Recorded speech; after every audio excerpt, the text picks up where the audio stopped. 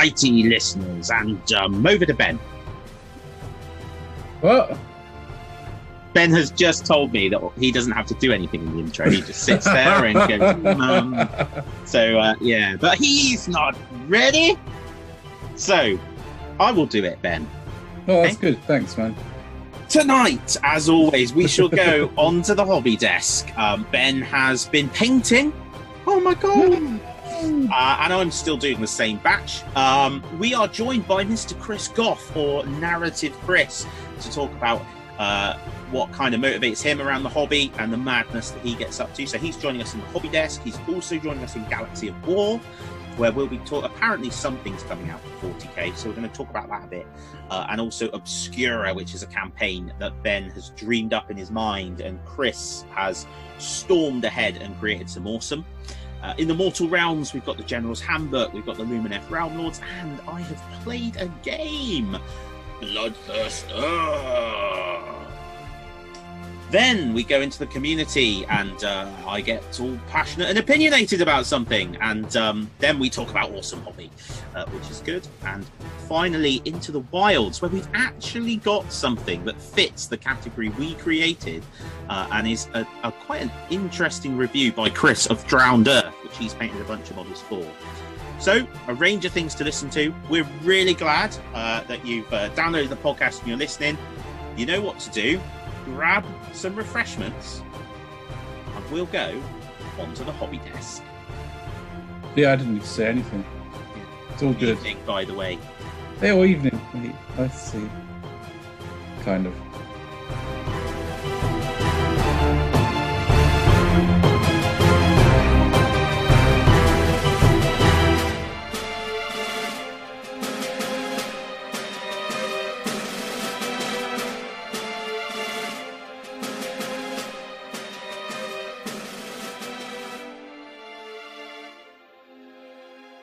Hi guys, and welcome to episode 56. Six is Hobby Desk, where we are joined by Chris, who is one of our hobby circle, who is very Blanchitsu, very different style to quite almost everyone else in our little group. And it is a pleasure to have you along, Chris. Tiank you very much for having me. I'm very pleased to be here. Narrative Chris. Narrative Chris. Narrative Chris before. He's absolutely a top-tier matched play player. Really all the rules, or has no interest at all.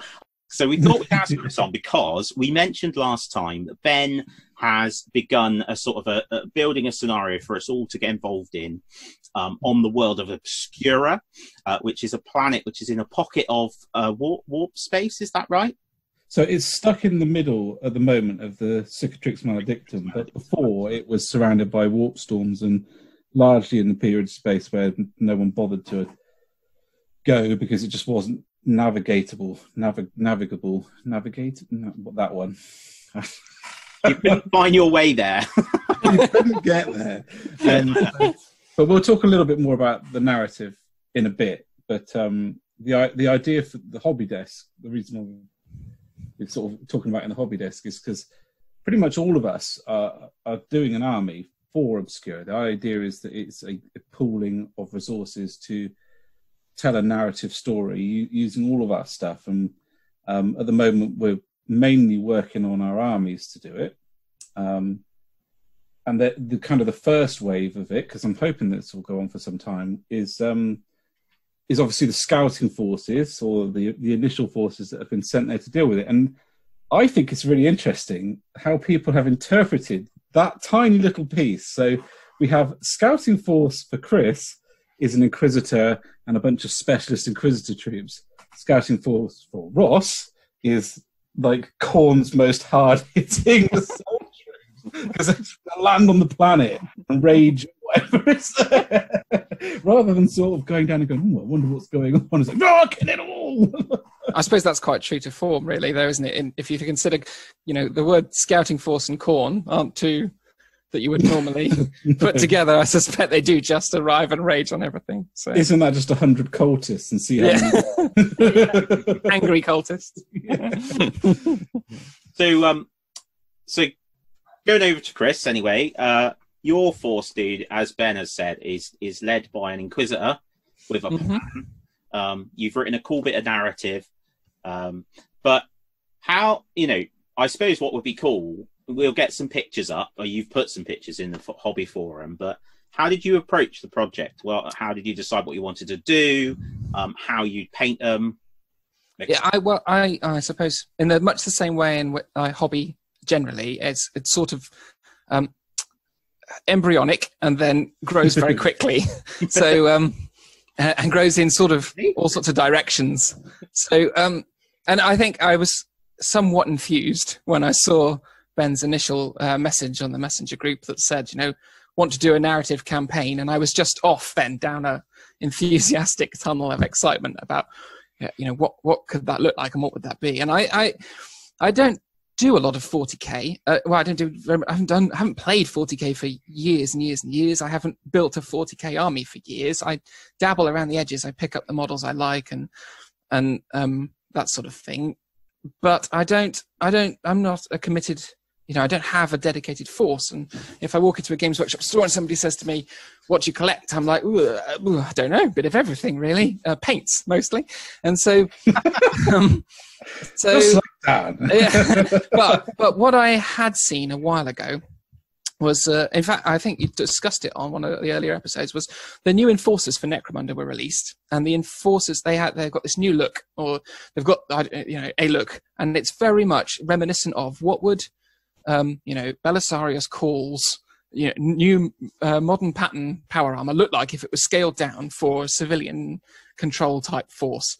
And so the helmets are reminiscent of the Mark 10 helmets on the intercessors, and the shoulder pads and all the armor, and it's all got a certain aesthetic. And I thought, wow, wouldn't that make a great 40k force? Nothing expansive, no 2,000 points, but just that was kind of like just that image of an enforcer with a bolt gun or a shotgun and their helmets, and I was like, yeah, I'd love to turn that into something. And so that's sort of where the idea came from. And I love the Inquisition. I've always loved the Inquisition. I bought Inquisitor back when it was released, the old book, which used the very large 54mm metal models, and I only ever played a handful of games, but that book was like a resource. Amazing, isn't it? Yeah, that I had never experienced before, and it was just wonderful. And it introduced this new, really exciting narrative to 40k, which presented, an echelon of the Adeptus Terra, which is completely fractious and has 100 different points of view at any one time. Each Inquisitor is their own man. They're the only people really in the whole 40k universe on the side of the Imperium that have any kind of agency or any kind of authority. They know all the secrets, and they know what that means for the species and the race, and so that aspect, I love all of 40k really, but that particular aspect of it is fascinating to me and leads to really interesting narratives. I read the Eisenhorn novels years ago. I remember Dan Abnett saying that when he approached them, he was like, I want to have a go at or they're more like a murder mystery type novel rather than kind of your conventional war sort of novel. So the Inquisition fascinates me, and I was like, I've got to do an Inquisitor. And I think I'd seen that Gene Stealer cult model. I forget which one it is actually. A Locus it's called, and I remember thinking, wow, that would make an excellent Inquisitor one day if ever I had call to make one. And then suddenly we have a narrative campaign, and I thought, oh well, here's a happy mashup. And I suspect, like many hobbyists, I love to create things that you've never seen before, or try to create things that you've never seen before, or try to put my own personal take on the impressive materials that Games Workshop publish and produce. And so that was sort of the melting pot, if you like, of all of my ideas for where this could go. And what it would look like. And then it just sort of started to evolve from there. So my Inquisitor got a name. He became Dorian Keel. I quite like the idea of Dorian Gray with his picture in the attic. And so I stole that. I thought you'd nicked it from that. Yeah, exactly. It's not that common a name, is it? So no. So yeah, he became Dorian Keel, and he's an Inquisitor of many advanced years. He's lived long past the natural span of human life, and he's got incredible psychic potential. But he's not armed with any conventional weapons. You wouldn't look. He just looks like a frail old man, very reminiscent of the Sigillite, from the Horus Heresy era. And he treads very, very closely to the line that constitutes. He's a heretic. Yeah, He's just a straight up heretic. I think, as with anything in the Inquisition, everything is a shade of grey, but there are quite a lot of people that would call him out as a heretic. I would argue that if you are blending the DNA of humans and of an Eldar, you're so past the grey and into heresy. I wonder if this is heresy. Well, but yes, it is. Well, Belisarius Cawl himself, upgraded Space Marines, and that was only what the Emperor's Children chap was trying to do 10,000 years before. And hang on a minute, are you comparing Belisarius Cawl with Fabius Bile? What? It's not. Why have we got him on here? Sorry. Anyway, I said I enjoyed the shades of grey. So he sort of started to get some skin on the flesh on the bones, as it were, and then I thought, well, what would his force be? What models am I going to bring to the table? And I wanted to use these enforcer models, and so then the idea of his Praetor Guard were born, and they're sort of his own private military group, and the reason that they exist is really because, whilst he's an inquisitor, he has the authority of the Inquisition, he can call upon the resources of almost all of the Imperium.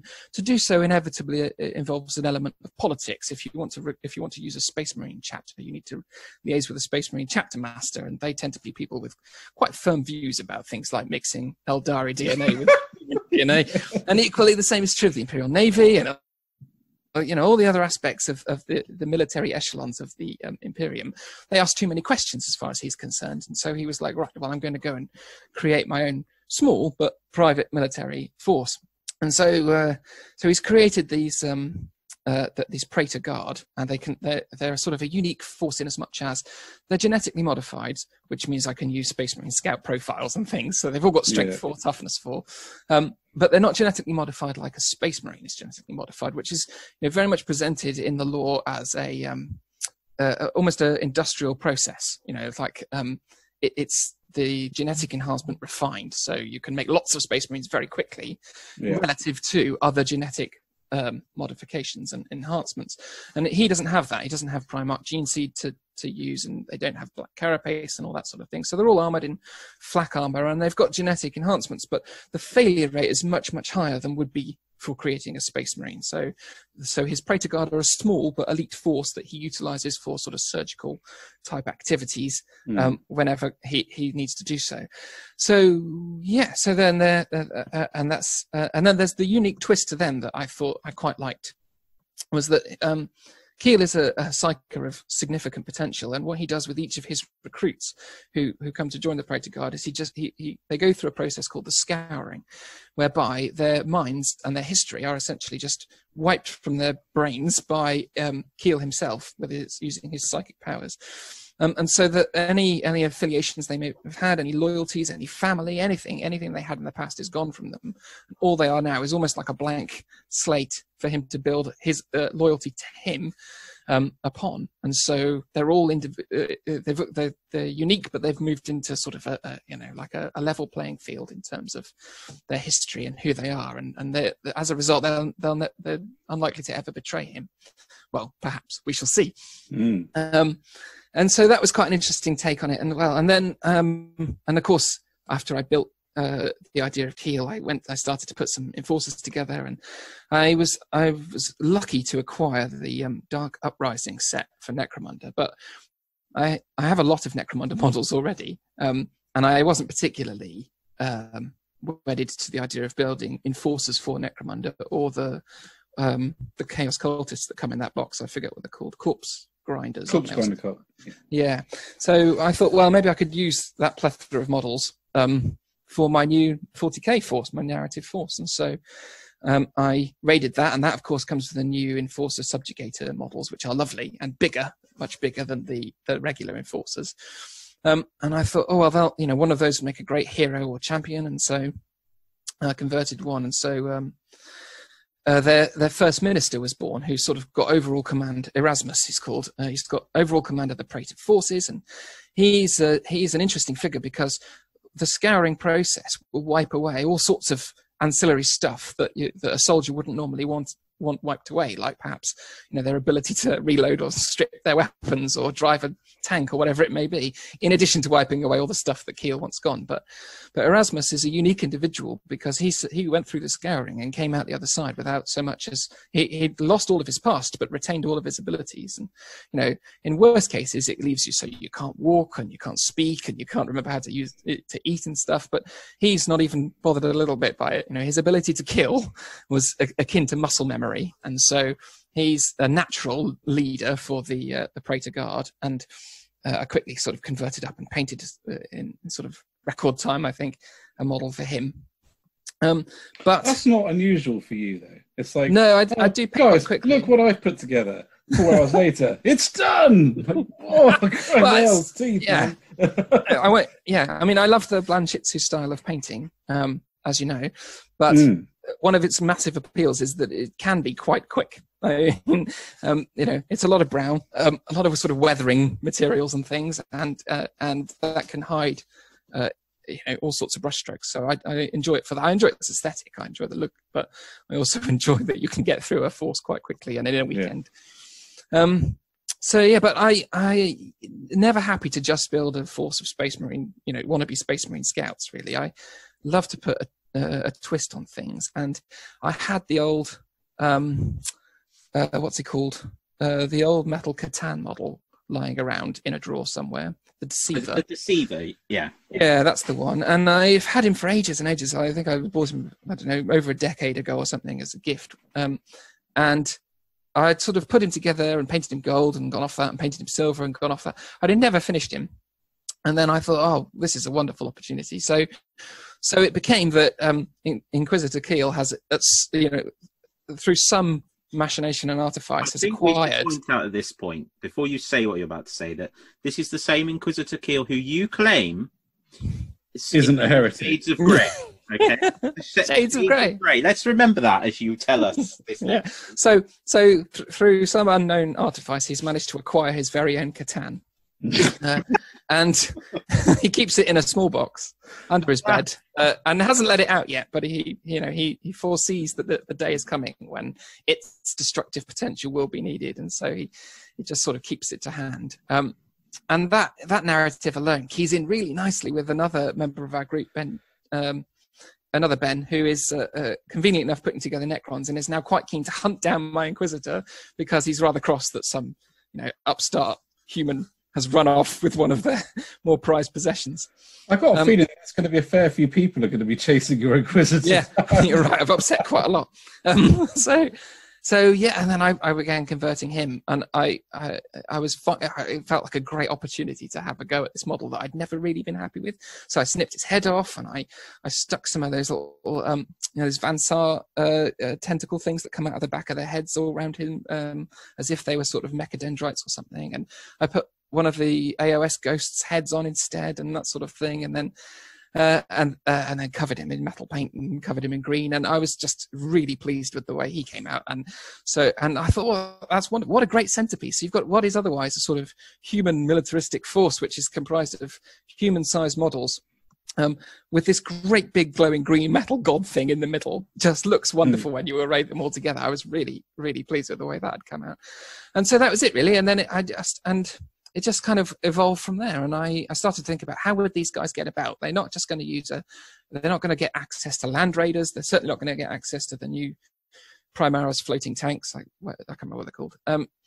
And I thought, well, okay, that's it. Thank you. Yeah. It comes to something when you've got Ben telling you the names, isn't it? Bloody hell. Yes. Yeah. So, but I'd always loved the Land Speeder Scout model. The Scout, what is it? Storm, and but I'd never owned one, and I thought, and I'd never owned one because I'd never really had any need to have one, and I'd never been able to give my own unique take on it. And then I thought, oh, this will be a great thing for them to get about in. So I ordered one and ordered some wheels from another manufacturer called Zinj, these great big sort of military industrial wheels, and just stuck them on the bottom with some Gorilla Glue. Took about 2 minutes. The best bit, easiest conversion ever, and I love it. It looks like this sort of buggy, like Halo reminiscent Warthog style. Oh, it's superb! It really little truck thing. And of course I had to then give that a narrative. So I think it's got like the designation 14,007 in open brackets land crawler mark, you know, another version of that ubiquitous STC template that's so commonly used by the Adeptus Astartes and things, and sort of gave that a bit of background. And then I filled it full of enforcers as well, quite literally riding shotgun in the back, which is and then covered it in mud and dry brushed it grey. And yeah, look, I'm really pleased with that too. And I've actually got another one on order because I thought, well, one of those isn't enough. So, so I've gone from sort of basically swearing myself off 40k and saying, like, I'm just going to stick to Necromunda and the smaller scale stuff because I can't commit to these 2,000 point armies anymore, to you sending one text, Ben, that said, I want to do a narrative campaign. And now I've gone down this rabbit hole and produced all these miniatures, which, has been an incredibly rewarding experience. I think what I love about it, Chris, and your hobby, it's like I will spend hours or days, months agonizing over, you know, how I'm going to do a color scheme. Like my Caradron Overlords, I still haven't decided, and I won't open them because I haven't just spent. Whereas how about this? You start hacking stuff and paint on, and you create these amazing things. Like, and the bit that my favorite thing about your land speeder, ground, awesome things, land crawlers, was the fact that you'd show me a picture of the Storm, and I thought that was cool. And then when you showed it to me, it had wheels, and I was like, oh. And then also, I think you posted it in a group on Facebook, and possibly the Inquisitor 28 one, maybe. And somebody had been like, can I see the detail underneath of like the drivetrain? There's nothing to see because it's just some Gorilla Glue and some wheels shoved on. And I love that because you create stuff quickly, and, you know, because I've played you quite a lot, we have a load of fun with all this stuff that you've created. And I think you'd be, don't get me wrong, it looks great on the table, but I think you'd be the first to admit, if you pick stuff up and really get into it, it's not because you can't paint like that, because you've got some really nice, like your Escher, when you did them with all the like non-metallic metal bases and stuff, you know, absolutely great. But you've recognized what Ben and I talk about all the time, which is, you know, you've got 2 kids, married, you got a job, you got all this stuff to do. You can't put all that time into single models when you want to actually do something, and you create awesomeness. Thank you. And then I get to play against it, which is good. So yes, it's exactly that, really. My first child was born, I realized, and I think it had taken me something like 8 months to paint 10 Escher, and I just realized that was not how I was going to hobby anymore, and it was time to start thinking about it differently. And then I sort of started to discover the Inquisitor 28 groups on Instagram and I thought, oh, these are wonderful. These are just wonderful, you know, because the thing about that is, it's not so much the Blanchitsu style of painting, it's the conversion opportunities. You know, if you browse an Inquisitor 28 group, you don't see something Games Workshop have made. You see bits that Games Workshop have made, and then that people have put together in whole ways which I'd never thought about before. And, you know, something's got Necron legs with a Adeptus Mechanicus head on it. And, you know, I just think that's fascinating. And that sort of sent me down a whole new hobby rabbit hole, really, where I kind of went away from that thing that I think a lot of newer hobbyists do quite naturally and perfectly fine, which is copy the box art. You know, I want Ultramarines because Ultramarines are awesome, and Ultramarines are awesome. I'm not debating that for a second, but I was like, I want to try something different now. These Praetor Guard, they're a funny little force, because I think I might have mentioned on one of our groups that the last 40k army I've had some Ultramarines when I first started out, and I got the first edition Dark Eldar and a few other bits and pieces. But the last force I had was a bunch of grey Space Marines. I was only about 1,500 points, I think, but I had a little grey Land Raider and a few grey squads and a grey Razorback, and I took them to a tournament in London. And it all went sort of fine. It was quite good fun. But I remember this tournament was coming up, and I had to paint them in time. And it's the only tournament I've ever been to in my life, but I had to get them finished in order to go to this tournament. And so it's an awful lot of dry brushing grey and very quickly painting eye lenses with just red dots. And, you know, all the guns became black, whereas I think my original plan was that they would be red or something like that. And it became a huge, just a massive undertaking, and I didn't enjoy it at all. And then I kind of 40k, slid by the wayside for a bit. And I promised myself that if I ever did dabble in 40k again, I would do something like Harlequins or Dark Eldar. I would never again go down the grey Space Marine route. And then within a few minutes of receiving your text about a narrative campaign, I'd built grey, genetically enhanced private military force.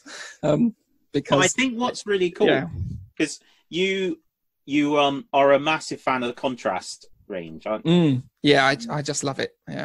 What has changed is just it's knowledge and techniques. So much of what you do is knowledge and techniques. Yeah, absolutely. And the internet is a resource that I didn't have when I started out in the hobby, and it's just a gift. It's just an incredible. Don't say things like that. Yeah, I know.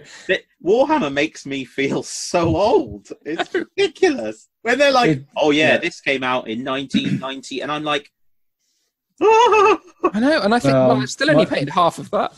My favourite one is when that dude posted the picture of the Necron. What are they called? The metal Necron with a long tail. With the and he's like, "Is this actually a legit model? Because it looks like a kit bash." And we were all like, "What?" That was recently in a range. I swear. That's ridiculous. Because you messaged me and were like, "This makes me feel so old." It's madness. Models we've been collecting have literally left the collective memory. So we thanks, Chris, because it's good. It's great to have some a bit of diversity, and we'll get some pictures. Well, I know you sent lots of pictures, but it'd be good to pull some pictures together, and Ben will make sure they go on the website. Okay, yes, Ben will. Yes, he will. But before we head into 40k, it'd be good just to quickly catch up on what Ben you've been doing, because you've moved from basically building about the contents of a Games Workshop's worth of miniatures, onto doing some painting. Yeah, I have. I have been doing some painting. I've finished my Iron Jaws. I started in November, end of November, which was a big batch of Ardboys and a couple of other things that I just wanted to buff out my Ardboys, because they became such a good unit in the last General's Handbook and with the new Orc War Clans, that I wanted to buff them out. So they were about 2/3 done. So I sat down and finished them. That was a real.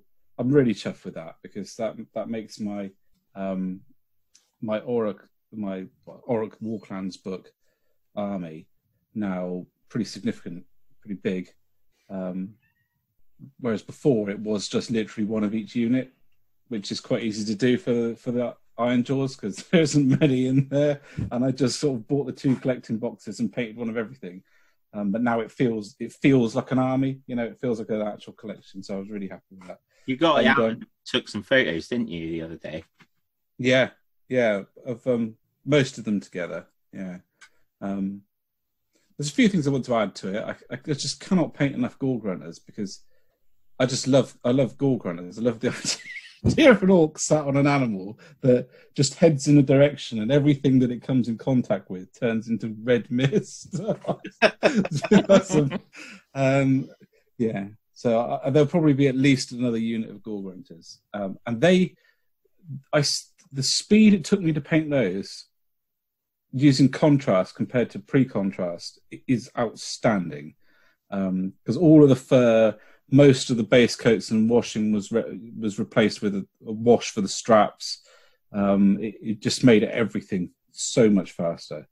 And that was really important, because when I do my Iron Jaws, I use an airbrush to do the armor, and that means the whole kind of thing is quite bright. So I need to go in and darken quite a lot of the areas before I can start bringing them back up again. So the orc skin looks really poor if you go straight over the white. It doesn't look right. So I have to essentially black that out. But with this, it's just, bang it on, done. Brilliant, lovely. So that was exciting. And I've now started a monstrous batch, well over 60 Spaceballs, which are well on the way to being base coated now. I've only got the leather pouches and the bone to do, and the fur. And the bone and fur will probably get base coated in the same colours.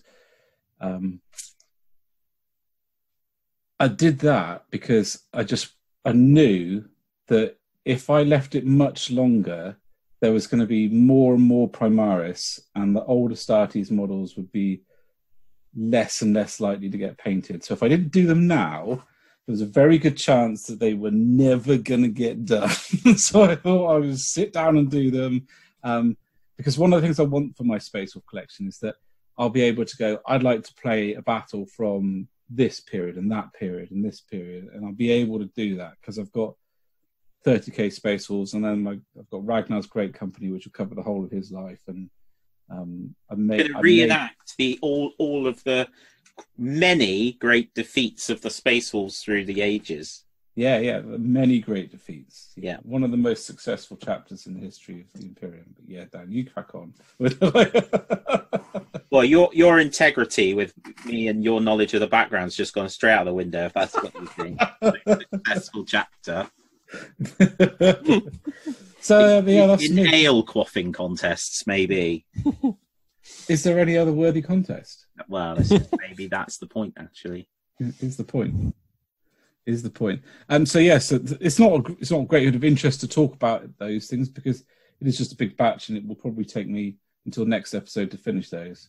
But the next thing on the table is going to be the Indomitus box, without doubt, and the Space Marines in that are going to be Exorcists, and they're going to form my contribution to the Obscura campaign alongside my Sisters of Battle, and they're going to be running around beating heretics. So watch out, Damien. Dorian. Yeah. Well, some poor civilian called Damien is about to.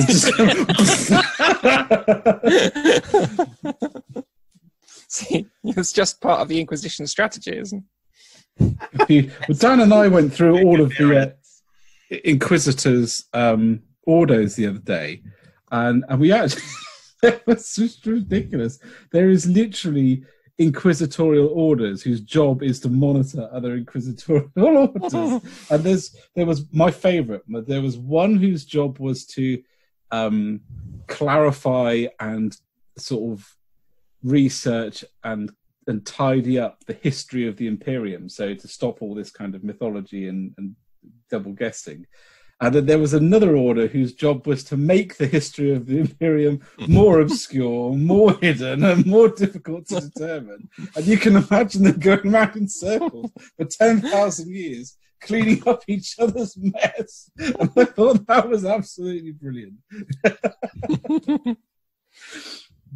That's my contribution to the hobby desk. And you're on to batch. Well, I think I was reflecting. I'm pretty sure Chris, have you managed to listen to episode 55? No, sorry, not completely. Whoa. I know. No. I know. Well, in that case, you really don't know. I can't remember where I was on the hobby desk last episode, because this feels like it's been in my life forever, this latest batch. But I'm literally now just going through tidying the odd bit up. So all the base coat colours are on. I'm just checking on. I've done it for the red and the bone. So I'm just going through checking the metals, gold and silver, to make sure that if there's any bits that I've not done or that I've got something on. Because especially when you're doing a batch, like base coating is important anyway, but with a batch, you've just got to make sure the base coat, it can be really tempting just to go and just throw all the washes on at this point. But if it's a mess now, it'll be a mess when you've put a wash on it. Yeah. It'll hide harder to mend. Not everything, yeah. So, but I've got 2 weeks really, because Indomitus is coming and I want to paint it. So I've got 2 weeks. Chris doesn't know this yet, but I'm quite likely to try and coerce him into painting my Necrons. Well, that's fine. That's 2 cans of spray paint, mate. Yeah. That's silver followed by slightly lighter silver. If you do it right, you can sort of do it with 2 hands. Yeah. So, but yeah, I want to get done for that. No real pearls of wisdom from my hobby desk this month, but I just want to get it done. I'd say there's no pearls of wisdom. There are a couple things. So don't do this. Mad batch like I've done. I think what I've found this time round is I have gone too diverse and too many big things, as well as so essentially I've got Terminators, which are an elite unit with more detail on, Bikers, where each one is essentially 2 models, and then I've got 4 characters and 4 vehicles, as it were. Yeah, just too much. The trim, it nearly killed me. It nearly killed me. I think that's an important bit of wisdom, actually, is that when you're doing a batch, there has to be some degree of uniformity across it, so that you can get into a rhythm. Otherwise, it will break you. Yeah. Yeah, and what I found has been that because of that, my motivation has lagged. And as you know, Ben, because we talk and paint, I basically will pick up the brush, do a bit on one model, then have a look at my phone, lean back, have a stare at the ceiling, see if there's anything interesting out the window, get a drink. Yeah, read a book. Read a book. Somebody mentions something and I'm like, yep, I'll go and find the codex and have a look for that. and essentially everything just takes bloody ages. So yeah. And other exciting things, I spent a bunch of money on some more really useful boxes to organise my hobby desk again. Oh, brilliant. Very exciting. Brilliant. I do love it. I suppose what you have to think, Dan, is you're climbing Everest. If those of us who sort of paint one model, move on to that, we're just jumping over little like mounds, aren't we? But you're when you get to the top and you see the view of your incredible Khorne army with all of its red and gold, it's going to be amazing, isn't it? Oh, I am excited. Fair putting it, Chris. I'm at that point. Well, once I wash it, I'm over the kind of the last big challenge then, really. And No. It's the skulls that are always, you always do this. You always wash it and you say, oh, that's it. That's all done now. And then like in a week's time, you're like, I don't want to paint another skull. You have to highlight that. Yeah. Interestingly, I thought for a laugh, I would work out, because we were saying like our initial Obscura forces which should be around 50 power. Yeah. My batch is 89 power. Wow. In one batch. Yeah. So should we talk about, before we just finish the hobby desk? I have no idea how long we've been talking, because we're not recording how we normally do, and I can't see how long a meeting. No, I tried to work it out as well, and I daren't click any buttons. Yeah.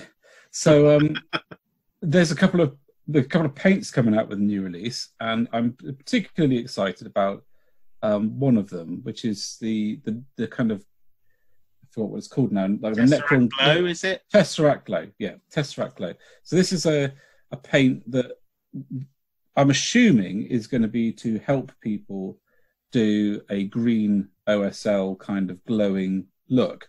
How it achieves that, we've not seen any videos yet. So, or at least I haven't noticed that we've seen any videos yet. So I've bought that product today. I actually bought the Necron Metals because I like that kind of rusty, sort of ready, bronzy metal that they've done for the new ones. I really like that. So I'm likely to use that quite a lot for other things anyway. But I am very interested to see how the Tesseract Glow behaves. I'll be super excited if it actually glows. I think I did see. So I saw. Where did I see that?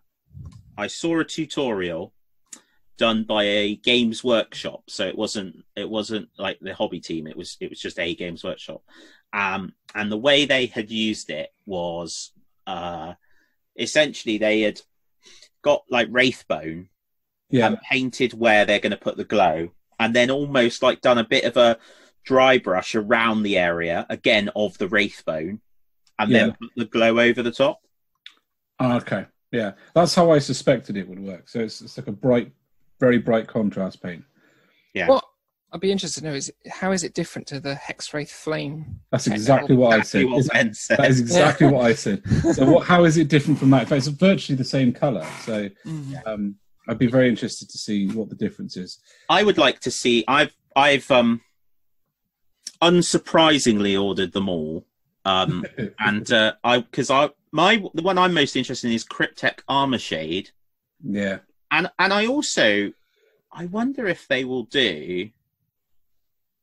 I thought I saw, and maybe it must have been a Photoshop. It must have been, but I thought I saw a spray can of Rune Lord brass somewhere, because that would be good. That would make my painting of the Necron army infinitesimally quicker. Yeah, yeah. Basically, to end on the madness of me, I spent yesterday evening painting and talking to Ben Chambers. And came to the conclusion at the end of our conversation to be really sensible, and just order the box set, because I didn't really need the other bits. And then this morning I woke up and was so excited I just ordered everything. So apart from the Battlefield, which I haven't ordered at yet. Well, sold out everywhere I've seen Battlefield. Obviously very popular. One question I had, this is only because I might have missed it, but the wash for the Necrons, I could only find it in gloss. Was there a normal version anywhere, or did I miss? No, so it was just in gloss. Yeah, it's just what was interesting. I think there is a new spray coming out, but like on the 25th of July, so it's later than the Indomitus release. But interestingly, the article I read that on has disappeared from Warhammer Community. So I read it earlier today, and the article was about the pre-order going live, and now that doesn't appear to be on Warhammer Community, presumably because they've sold out of Indomitus. So I think Indomitus broke every website in the wargaming community, essentially. So by the sound of it. So there we go. Should we move on to 40k now, so we can actually talk about 40k itself? Rather than the hobby surrounding it, if that's a thing. Yes. If there is a difference, or do we just artificially segment our podcast? Awkward silence. Awkward silence. Refreshments. Anyway, I'm going to stop recording this wondrous example of social media, and we're going to go and kind of try and work out how to segment up this on Zoom, and hopefully come back to you without deleting it all.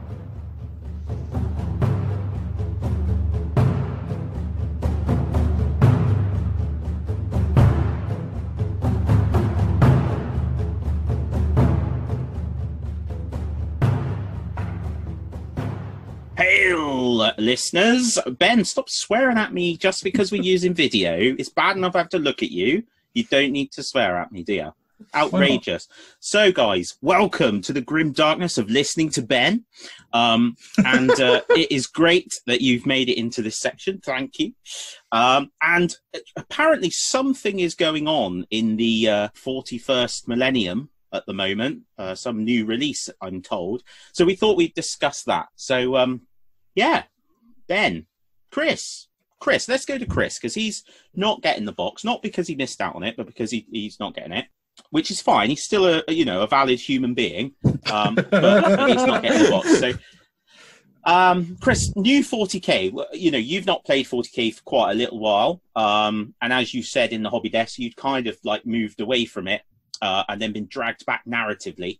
So, what are you most excited about 9th edition, or are you just not really bothered? And you're just like, I'm going to play with my toys. I don't see a great deal of difference for somebody like me between 8th edition and 9th edition in terms of things like the rule set.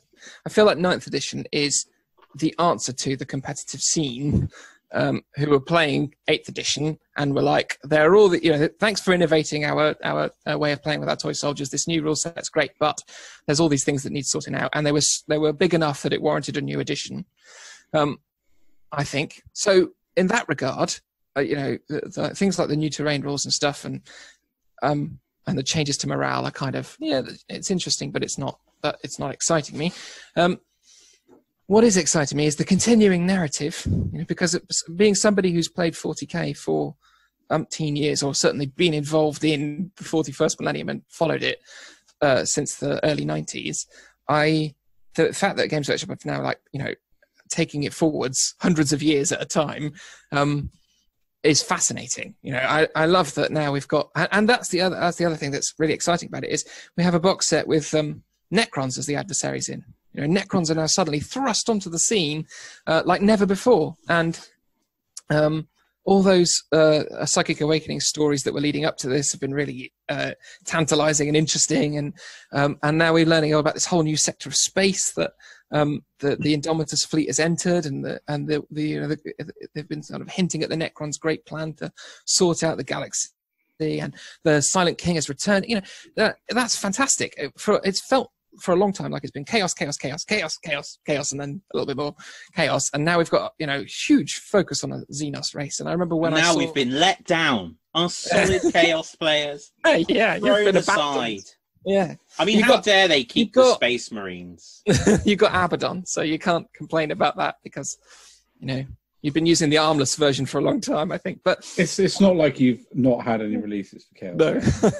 No. Being as I'm painting about half of them in one go at the moment, I can't say anything. So the continuing narrative is really exciting. The Necron models are just superb, and I won't collect a Necron army, but I will get some of those Necrons, because they will feature in all sorts of bits and pieces. They will be scenery, and they will appear on bases, and they will get given their own special narrative rules as to how they somehow feature into the games and the armies that I have gotten, because they're just wonderful. That great big tripod thing that conjures images of the War of the Worlds, dude. Yeah, that's wonderful, and I really love the way they've taken that. And that Silent King model is just out of this world. When I saw that leaked image, which Games Workshop subsequently published on the Warhammer community site, of the whole army arrayed, and I think they'd marked it up with sort of guesswork as to what everything was, and it had the Catan in the middle, and I thought, this is just, it's. For a long time, people are, I think, inclined to moan about the absence of Xenos releases in favour of Space Marines and whatnot. But I can't remember the last time a Xenos army got that kind of level of new releases, and it just looks really exciting. I think probably the last time would have been when the Dark Eldar were redone, and it was a complete range review. I think that must have been a while ago. Yeah. And the other thing I'm excited about is the Space Marines. So Space Marines haven't really I love Space Marines. They're kind of quintessentially 40k, but as sort of a thing to paint or a thing to build or a thing to collect, it hasn't really excited me for a long time. And I particularly felt that with the Primaris release. So the new Primaris Marines that were coming out are beautiful, beautiful models. But they were very they almost had sort of a modern military aesthetic. They were very plain. They weren't particularly adorned with the skulls and the wreaths and those sort of more kind of dark, grim dark kind of aesthetic. Gubbins. Yeah, exactly. And I thought that was very true of the sniper ones and all of that lot. I can't remember what they're called. But the Phobos, the Phobos ones. They all look like sort of, they've got a very almost like a modern military aesthetic. But these new ones, particularly the Blade Guard veterans and that new captain, and even the new intercessor lieutenant, or is it lieutenant? They've got, that chap's got a full relic skeleton on his shield, and they just, I think they really do sort of harken back to that kind of grim, dark. We're holy knights, and we wear impractical things on our armor because we have faith in our emperor and all that kind of stuff. And I think that looks great, and I'm really pleased to see the Primaris range going that way. And I think it's good that all of it's available. If you want to build a kind of a modern militaristic force of Space Marines that look like they've been like somebody's actually designed their hardware and whatnot to fight a war, as opposed to sort of look amazing, then you can do that. You can build what's the Phobos Walker called? The Phobos Dreadnought that thing looks like it's straight out of Terminator or something. And but equally now, the new Space Marines that are coming out have got that grimdark aesthetic, and I love that. I'm really, really pleased to see that in Indomitus. I think that's great. I was showing Harriet what I had bought today earlier because I thought I might as well own up now, and I was showing her pictures of the models in Indomitus, and she went, "Are there any nice ones, like with no skulls on?" And I was like, "No, there will not be any with no skulls on, I'm afraid." I'm actually I've got quite a different perspective on this, I suppose, from a lot of people, because well, maybe I don't, but I've put together a number of Space Marine armies, significant number of Space Marine armies. And one of the things that I found that's very easy to do is get overexcited with the massive selection of Astartes pieces and over grimdark, over decorate, over gothic a basic trooper, to the point where you struggle to make the sergeant look different, and then to make your company veterans look different from your sergeants, and then to make sometimes even the captain stand out from everybody else. So I was really, really pleased to see the clean Primaris aesthetic, and I'm very glad that they've kept that with the chainsaw dudes, because it gives you somewhere to go. Actually, it's much harder to strip that crap off than it is to add it on. Yes. And with basic troopers, it's not difficult to to take bits from here, there, and everywhere and govern them up.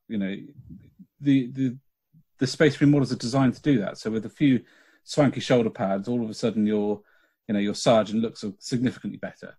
But I think you're right to have those elite models, the ones that have been around for a while, that are embodying the chapter's sort of ancient traditions, covered in all of that stuff, is really cool. It's really cool. And like I said, my only actual issue, I've said this in the last podcast, with them is that those chapter traditions are very important. The aesthetic of a chapter is very, very important. And I cannot see, and there's not that many, I suppose, but there's a couple of chapters where those Blade Guard veterans don't fit the aesthetic of a. And I suppose for me, the obvious one is Space Wolf.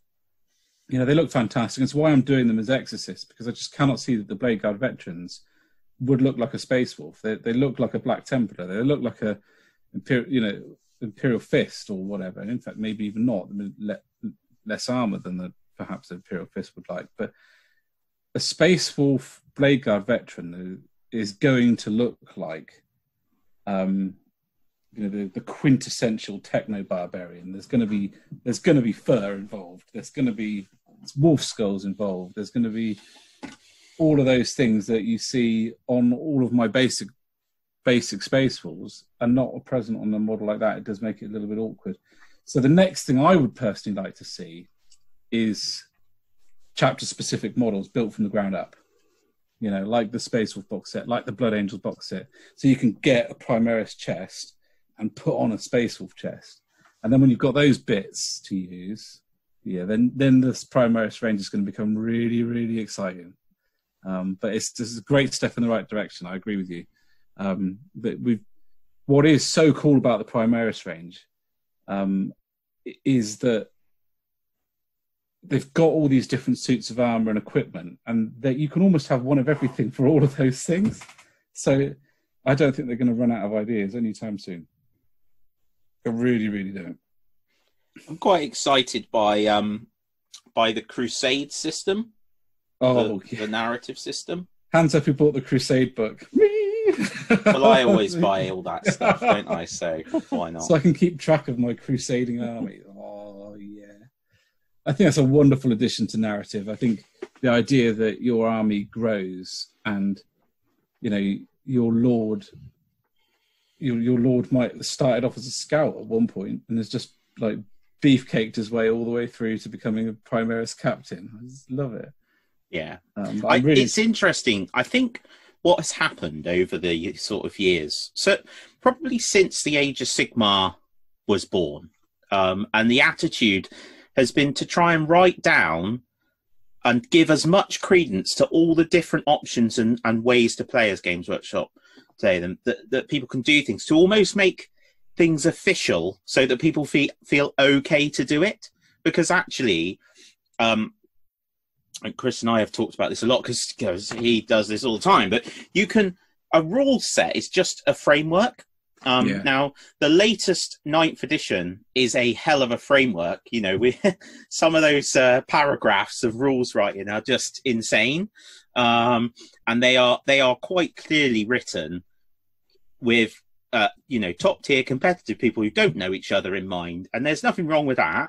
But like the terrain for me, now I haven't played with it yet, and so I might find I actually really like it, but the first thing I thought when I read that is I just want to do line of sight. I would just house rule that or make it up. And I think what Games Workshop were doing by having narrative and open and giving them lots of time is saying, actually, that is fine as well. It's your hobby. Enjoy it how you want to enjoy it. Yeah. Things like the Crusade system just support that as well. Because there will be people that do that. You know, Chris and I, when we played Inquisitor,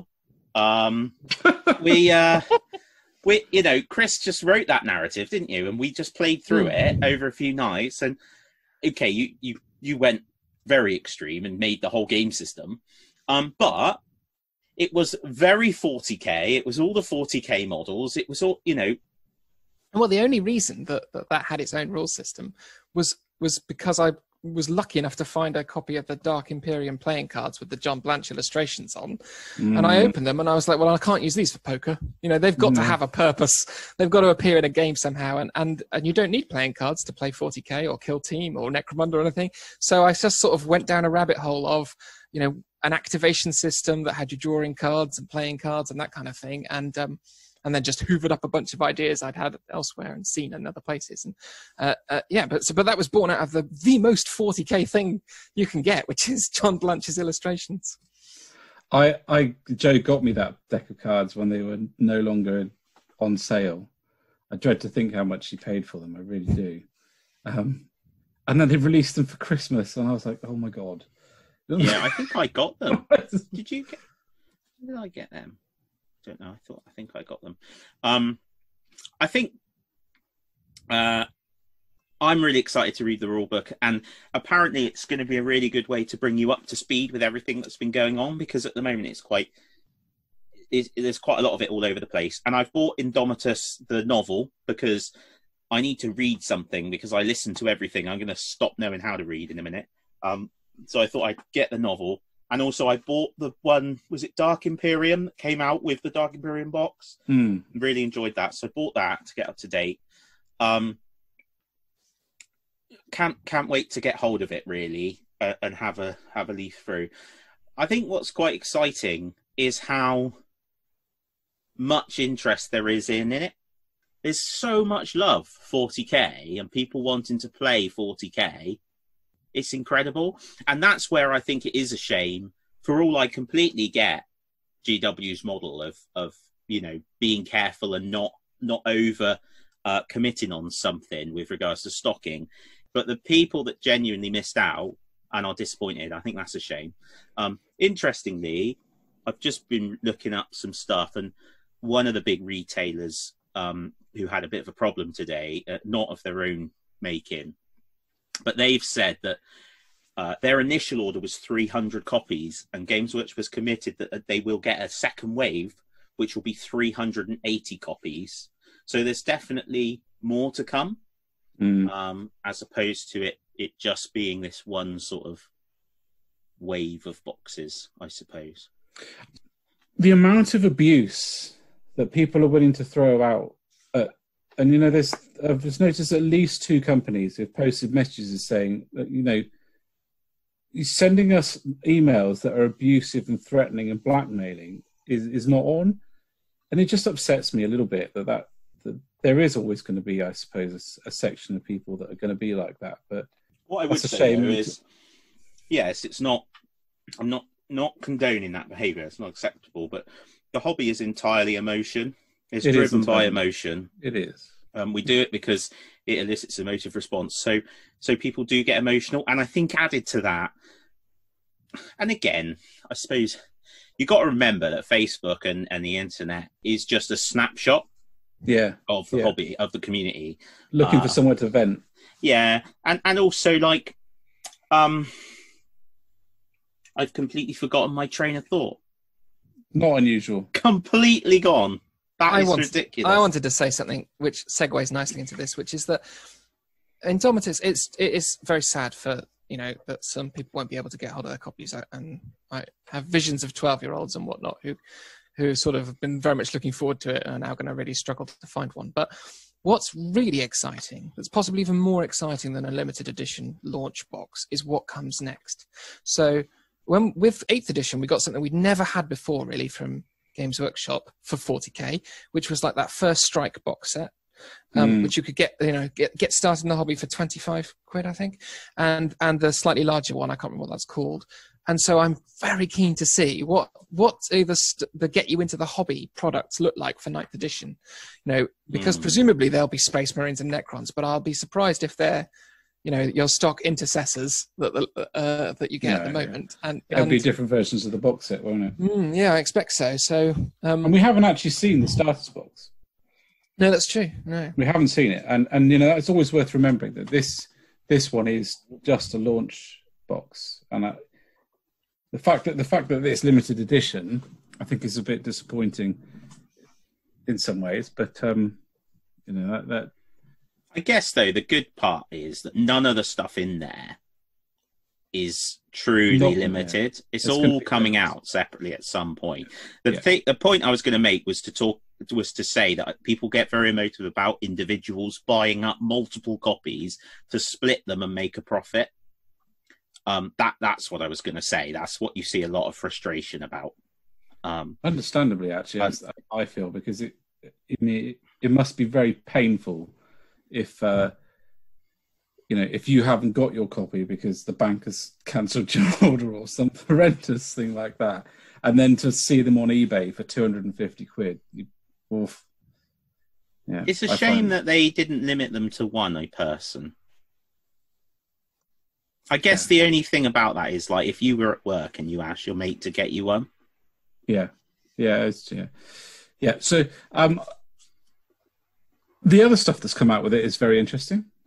We've talked about some of it. So the Crusade book is very cool. What did you make of the sort of interim chapter approved?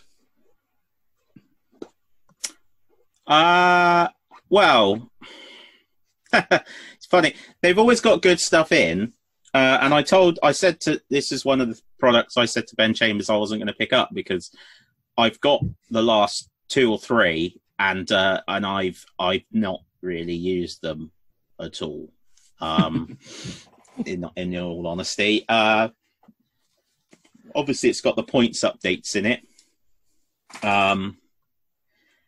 I can't not get them because I clearly then I'd end up with could not get it. 2018, 2019, 2021, and then my brain would go, "What had happened? How did that happen? Can you not count, Ben?" This is the trouble, though, and this is how they get us, and this is why Chris is wise to resist. Because, for example, Psychic Awakening, I bought the first one, and that was it. It didn't matter how many of those they made. I was going to buy them all because I had to get the collection, and they made 9 of them. But they are beautiful. They look lovely on the shelf, where they will probably stay for most of the time. So yeah, I think it's good that they've split it up so that you've got the rulesy bit, the points bit separately. Well, they did that with the last one.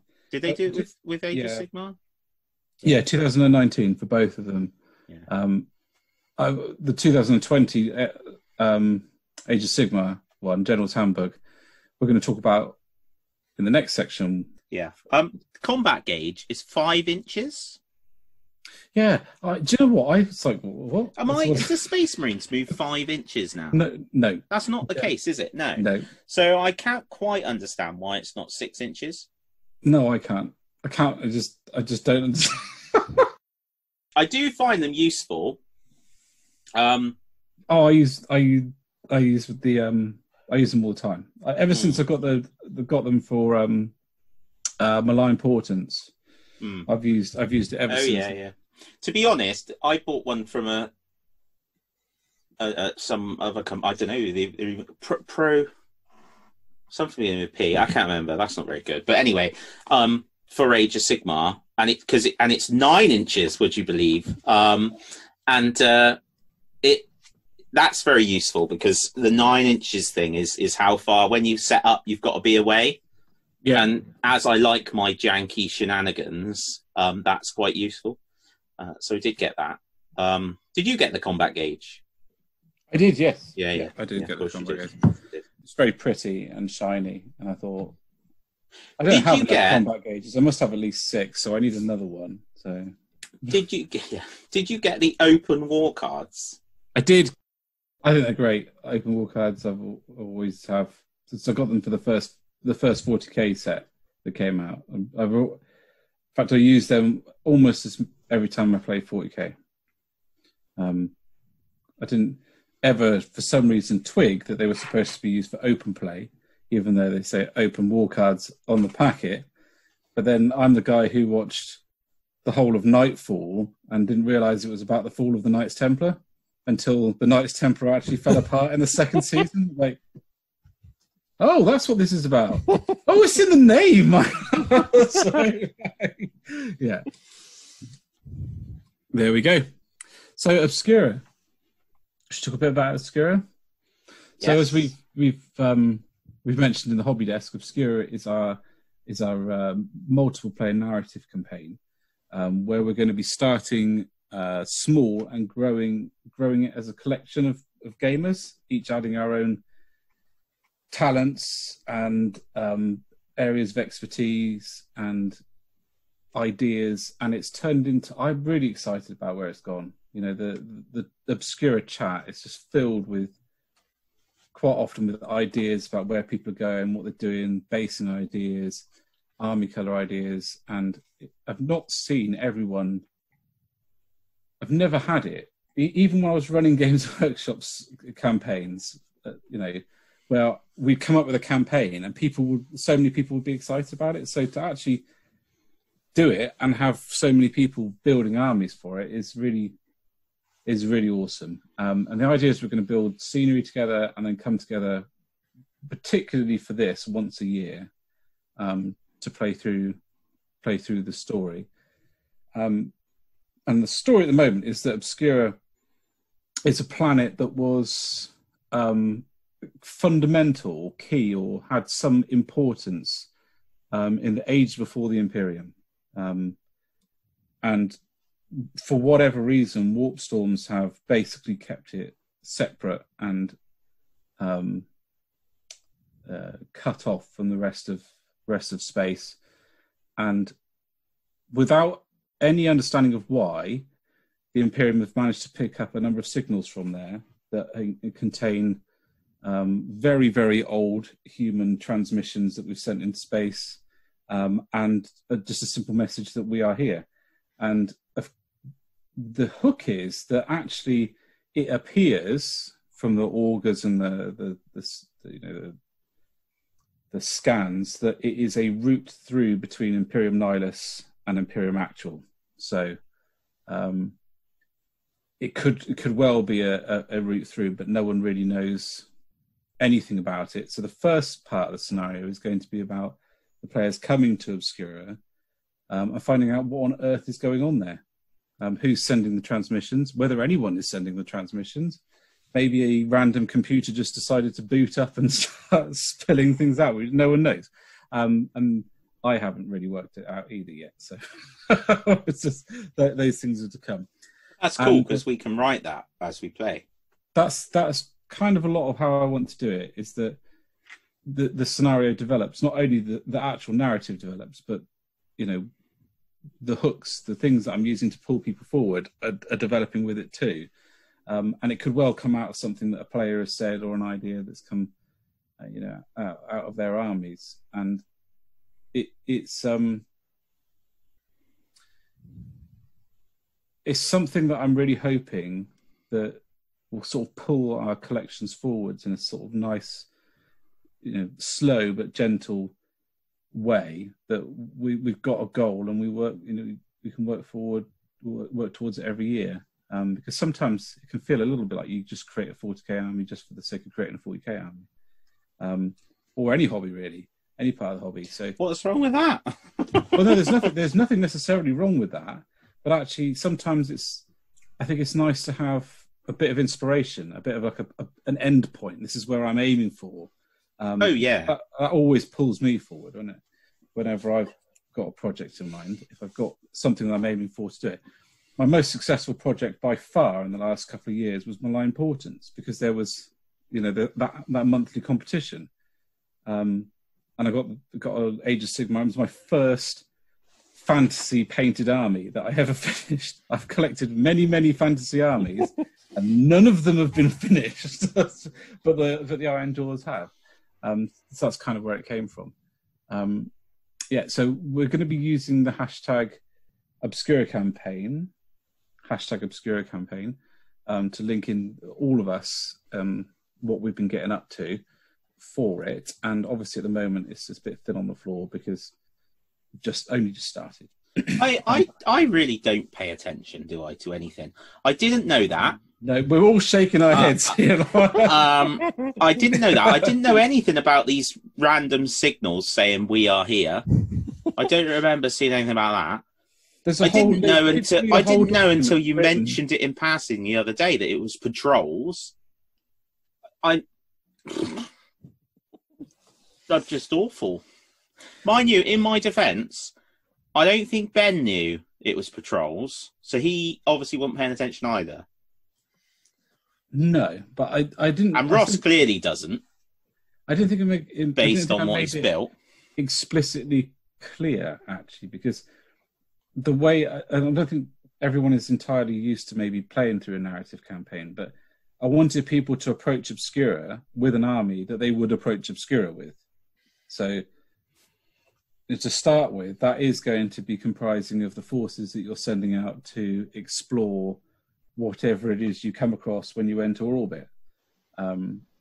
Now, actually, for Ross and Tom, who are playing Blood Angels and Khorne, Tom is going for basically an aggressor army, and Ross has gone for a hard-hitting assault army. So those two forces are likely to come to a planet and just go, just drop a massive force on and create an area of dominance. So we know what Chris is doing. See, what I meant to say in the hobby desk, Chris said something in the hobby desk about not getting to a 2,000 point army. I'm going to wait and see. I'm going to take that little moment out of the podcast and save it somewhere, Chris, because this is what you've done with your excitement in this small period of time. Yes, but you see, that enthusiasm, it burns short. It burns brightly, but it burns very quickly. And I've really enjoyed building this small 50 power force.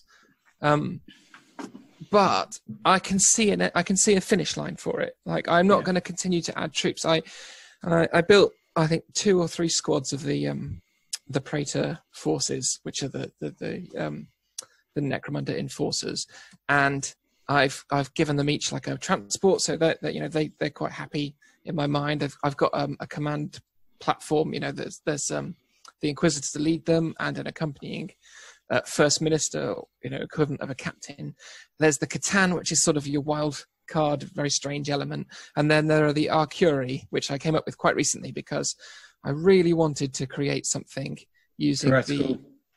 Sorry, something heretical. Heretical. Well, I I think that, how do they describe 40k in Games Workshop Inner Circles? It's science fantasy, isn't it? And I love that aspect of it. That's why my army's got a Catan in it. But I also wanted to have something a bit more. I'd done a lot of sort of military vehicles and military-looking troops, and I wanted a bit more of the fantasy, less of the science fiction. So I wanted to create these, and I love the Idoneth Reaver heads. Those blind elves. I think they're wonderful models.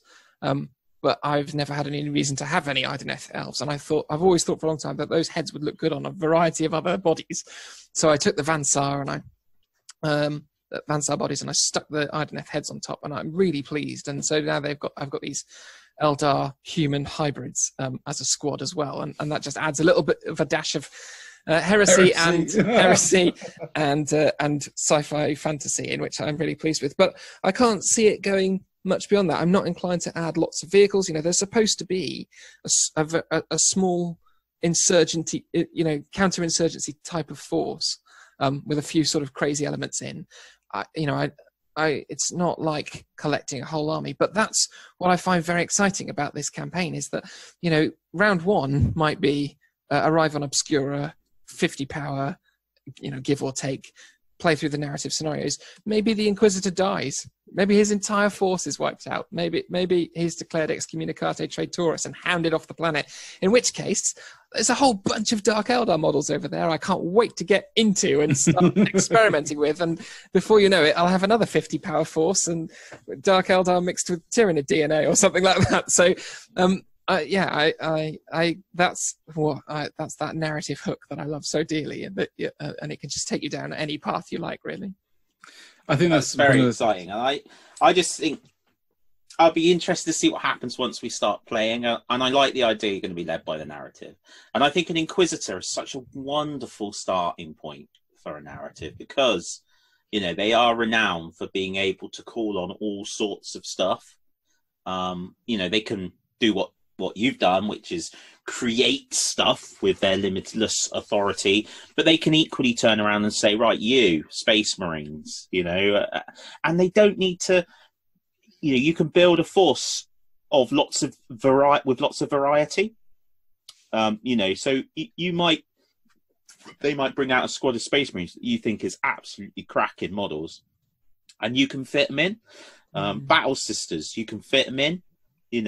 Death Watch, you can fit them in. You can fit so much in, and I love that kind of collection. I did something like that when I did my Ultramarines a long time ago. Well, a long time ago, 7 years ago, something like that, I think now. But I had like the Ultramarines, and then they bought out that big £100 box set of Cadians with like a tank and a Chimera, a Lehman Russ, a Chimera, some Cadians, and I loved it. So I bought that and painted it up, and they were part of it. And then Grey Knights, I painted a squad of Grey Knights and the captain, and they were part of it. And then an Imperial Knight came out, and they were part of it. And I love that kind of thing that the Imperium's got going, where you can add all those elements. I think it's brilliant. I think one of the things that I haven't perhaps been completely clear on is that the armies that people start with may not be the armies that we end with. When I was, but it's cool to see that people have already come up with that idea themselves. And the idea is that at the end, there's going to be a huge end game, a bit like Avengers, big apocalypse style battle with all these forces involved. And those people with the smaller forces will be running smaller games off to the side that will be achieving objectives that will have a massive impact on the larger table. With this game going on. And on that weekend, I'm very much of the opinion that it may take a morning to play a turn, and then the afternoon to play turn 2, or maybe even day 1 to set the damn thing up. And to be honest, I am the sort of player that gets an awful lot of enjoyment from setting up a battlefield and then just not doing anything with it. So if all the forces are arrayed on it, I'm quite happy to call in a Domino's pizza and just sit and look at it for the next 48 hours. That'll be me done. To be fair, there have been occasions where we've gone to Warhammer World, certainly on the Sunday, where all I've been capable of is setting up the battlefield and sitting and looking at it. Dude, there's been part of the Sundays at Bugman's where all you've been capable of is sitting and staring at the table. I'm most excited about incorporating the other games. So Aeronautica. So yeah, I've already said this a few times, but like when they eventually release the Arvus shuttle thing. Yeah. I don't really care whether Chris buys one or not. I'm going to buy one for Chris's Inquisitor because I just think that is amazing. I just love the idea that we could have, you know, and we don't know what models will be done by then and stuff, but Chris's Inquisitor supported by a couple of Valkyries, you know, coming in to land or whatever creation Chris comes up with, whether they Valkyries or like hybrid Valkyrie Orc Tau creations, and play a game of Aeronautica where they are trying to get through and land. And it might be that they make it, or they get shot down, and then we have to play like a kind of a rescue mission thing going on. And, you know, I know it's like 70 odd quid, but maybe we should start a GoFundMe to get Chris one of the actual Arvus 40k things, because it would just be amazing, wouldn't it? It would just be so good, that sort of stuff. I love it. And you could, you know, the idea that you could get the Valkyries and paint them up in Aeronautica, but then get 2 Valkyries and paint them up the same in 40k with the little Arvus. Oh my God. It would just be so good. It would just be so good. Yeah. So far, the only game I haven't planned to incorporate is Titanicus, because I can't see Titans being there yet. That's the thing, isn't it? And you can really build a narrative and add in different. Oh, it's going to be good. So I'm always reluctant a little bit to talk about what I'm going to do, because I change my mind all the time. So then I put it into podcast form, and then by the next one, I'm completely doing something different. So I've had quite a few ideas. I really like the idea of doing an Inquisitor who is going after Dorian. So one of the things I thought was do a more Puritan Ordo Xenos Inquisitor. Who, although yours is Ordo Malus, isn't he? No, it's unknown. Unknown. It's just unstated. So we don't know. That's all right. So do a Puritan Xenos Inquisitor, because obviously he's got Catan, which is a bit like, that's not good. And mixing Eldar and DNA. And then I got really excited because I thought, oh, I could have Death Watch. But I looked at the Death Watch, and apart from the fact that their rules are strewn across a number of different publications to try and bring them together, the original Death Watch box, the normal Marines, for want of a better term, are amazing. But I don't want normal Marines now. I want Primaris Marines, but they just don't look quite as good. So I think I might have to do some converting for that. But that was one idea anyway. And then I was like, well, you could do any Inquisitor, really, because a Demon Hunter could see the Catan as a demon, like misinterpret what it is and go for it. And, Ordo Hereticus will just burn anybody, but especially if they've got psychic powers. So there was all those sort of narrative hooks. So I quite like that. And then, I'm so old. Sorry. I know I just now I said, I don't concentrate, and I don't, because Mike Bennett messaged me, and I haven't spoken to Mike Bennett in ages, and he's just telling me that his daughter's 14. She's 14, Ben. Yeah, I know. Mike Bennett was our store manager in Games Workshop. Yeah, there is some level of relevance. How we've got on to Mike Bennett, because in the middle of that rant about choosing is a Danism of the most refined order. But Molly was basically born when we were working there. So, wow, yeah. No, my nephew, who I met when he was 3, has just turned 21 today. And he's my wife's nephew, and so my nephew by marriage. And I remember playing with him, like with his little pirate ships and things, and him sort of, and now he's 21 and he's like, The best bit is you Got a still proper- play with pirate ships. Yeah, I do. I was so excited when I could buy my 3-year-old a pirate ship. It's great, isn't it? Yeah, he doesn't play with pirate ships anymore, So but he might come back to it. back onto topic, Dan. Well, how you've been distracted into Mike Bennett is beyond me. You were talking about the other options other than Ordo Malleus. Yeah. Right, moving on to the Mortal Realm section because Dan has just completely crashed and burned. Well, that's a bit mean, isn't it? Is it? I was it just though, bringing Dan? my Is it? thoughts together. You're horrible to me. Tiny violin. No. So I wanted to do some Space Marines, and I can't decide what Space Marines to do ever because there's so many awesome ones. Ultramarines are just the kings of awesome because they look fantastic. I really, really love Ultramarines. But I have this big hang-up with Ultramarines with the crossover between Ye Olde Astartes and Primaris. I just can't... I still can't quite get in my head the amalgamation. And the thing that does it, and I go on and on and on, it's a bit... I could get it completely, except in the rules they've decided that they basically don't properly interact. So, like, the new ones can't go in the old vehicles, and that just bugs the flipping hell out of me to the point where I can't collect an army of them. I just can't do it because it just... I can't quite see how the organization would work, and they've kind of, for a long time, a company was 60 tactical, 20 assault, 20 devastator, and your command. Rough, yes, you had other company. That was the thing. That's kind of sort of rewritten, but I haven't found anywhere where it's written down in statute. Like, this is what it's like now. Probably because, Gilliman has looked at the codex and is rewriting it, basically, for the new times. So one way around this is to do Primaris only.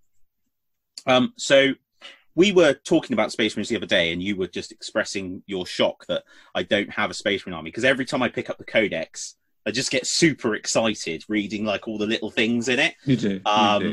And, talking about the Angels of Death. And I mentioned The Exorcist to you, and you came back like a couple of days later and told me more about The Exorcist than I knew. Well, I looked them up. I was looking. They're brilliant. They're really ace. So there's a great, Chris, I don't know if I told you this, but there's a great story with The Exorcist where they're like fighting this demon. Well, basically they go to this place and they think it's like, it's all chaos all over this system. And they work out that it's all being centrally controlled by one like mega demon prince who's got his claws in everybody's mind. So they go after it. They get there, and this demon is just like a flipping nutter. And they're all piling in, and there's stuff dying everywhere. And he's like cutting down squads with his blade.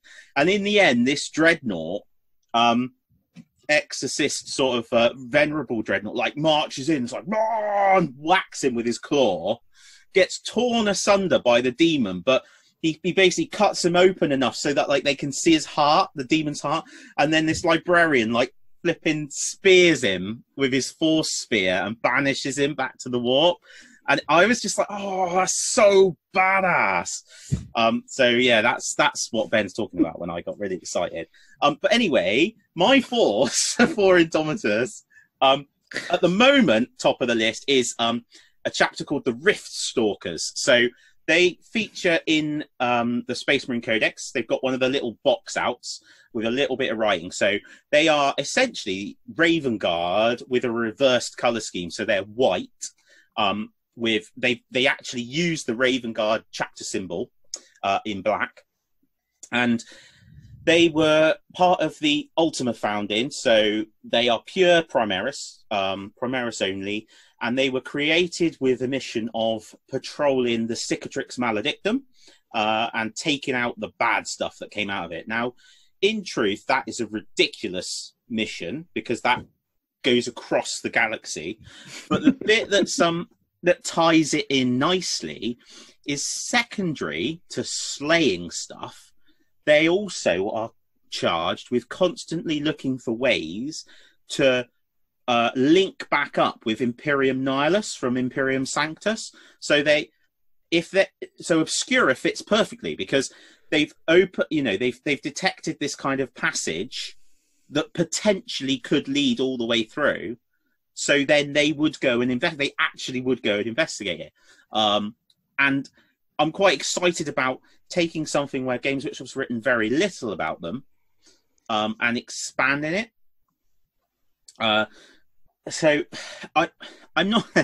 I may paint the Indomitus box straight away as them, but to be honest, what I really want to do is get more of the Vanguard Space Marines for them for this thing, for Obscura, because well, that's what I think would go first, and I think I just think the models, the Eliminator model. The only thing that stopped me so far is that the start collecting, which is a really good deal for the Vanguard. It is, and the little scout. I don't know what are the Scouty Primaris called. There's two names for them, isn't there? There's the ones with like the little bullpup type bolt gun things. Oh, and then the other ones. So anyway, I know those. I'm good at this. Those are really nice. Like there's one dropping the smoke grenade, isn't there, and stuff like that. They're really nice. Yeah. But I think the Lieutenant and the Eliminators, the ones that you can get separately, are just a big step further on than those.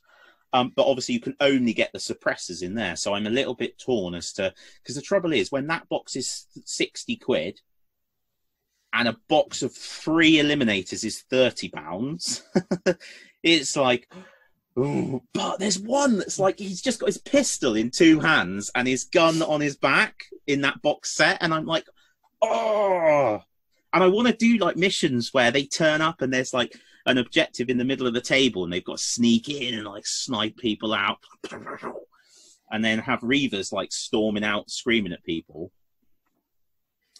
But I'm not really into Space Marines. No.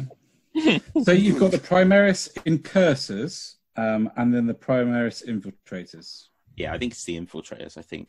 Oh, and I did spend about £60 on transfers for them. Which I'm hoping is a good indicator that it's actually going to happen. Well, what happened was I needed the squad markings. This is the problem, right? This is how my head works, right? So I'm like, right, I might want to do this army, so I will need the transfers for this army. So I go online and I go to Mighty Brush because he does some nice transfers, and he's got the squad markings, and their markings are like the outline ones. Yeah. As opposed to the solid infill, like tactical symbols. And he's got them, and he does them in black.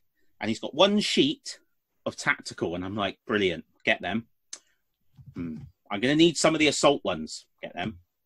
But then I'll need some of the elite ones. I'll get them. Oh, and some of the Devastator ones. Well, I better get them as well, just in case, because I don't want to come to the project and not have all of what I need, do I? So I got them. So now I've got that symbol, and I'm like, right, well, that's good. Oh, okay. Oh, I'll have a look at the Forge World Raven Guard sheet. Well, there's a few on there I could use. Yeah, well, I'll get that as well, because, just in case. And I'm like, well, I haven't got any of the symbols. So then I end up talking to some bloke in Japan that I'll have to find a link for. But Luther, Mighty Brush, said to me, because I emailed him to say, look, can you do the Raven Guard symbol, but in black? Because it usually comes in white, and that wouldn't be very good on white. And he said, well, no, go to this guy because he'll probably. So I was talking to him, and he's like, yeah, I can do you a sheet, this by this with all these symbols. I'm like, right, okay, well, just in case, I better have 2. So I get 2 of them, and then I'm on his site, and he's got runes for Caradron Overlord runes in gold, and I'm like, oh, I need a sheet of them, and then I realised there's 2 other sheets of them. Like different styles, and I'm like, well, it's no good if I've only got like A to F of the alphabet, is it? So I need to get the others. So I get one of them and one of them. So before I know it, I just got transfers coming out my ears, and but I'm well prepared. I am well prepared. Any eventuality. You won't need to paint any models. You can just put stickers on them. I will. Yeah. Well, it's funny you should say that because Harriet calls them stickers. I'm glad she doesn't know. Hopefully she won't listen because I don't want to know what I spend on these stickers because it's more than 99p for the packs for Joshua down the shops. So I've got the transfers I need. I haven't actually got any models yet. But I'm on that note, on that bombshell. Should we draw 40k to a close? We probably should because I've just talked endlessly about Space Marines and the madness of my mind. It's going to start breaking people, I think. And I would like to spend a little bit of time quickly talking to Chris about Drowned Earth.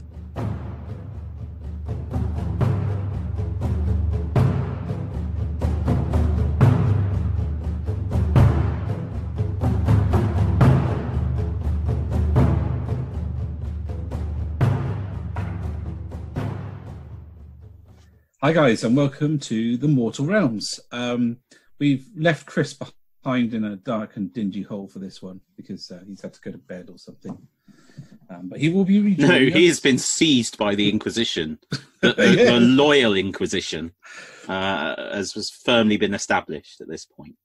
He will be rejoining us for the Into the Wild section, but for now we're going to talk about the Mortal Realms, where we have had a number of cool things happen. Unfortunately, one of them we haven't got access to quite yet because it's the General's Handbook, but we have a few snippets to talk about that. But I have had in the post my Lumineth Realm Lords box, which resulted in much happiness on my part. And we're going to talk a little bit about that because it's a fantastic box, Dan. It really was. It's a lovely box. It's nicely presented.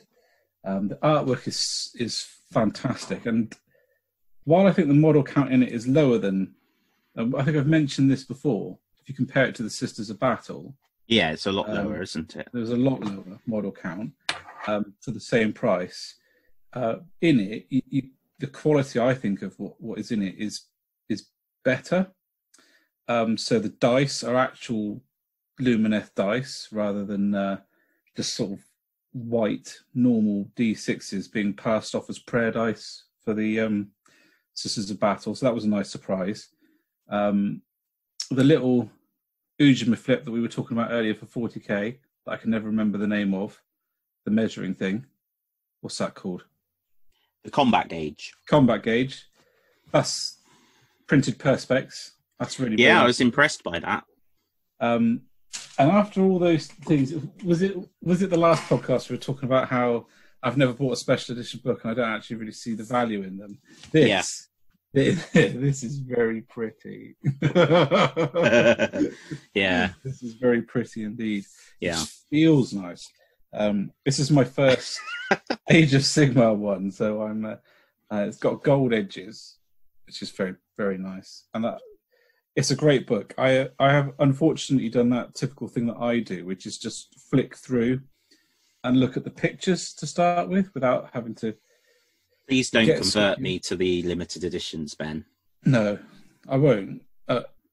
Because the trouble is as well, with 9th edition just being launched, now would be a wonderful time to start collecting the limited editions for 40k.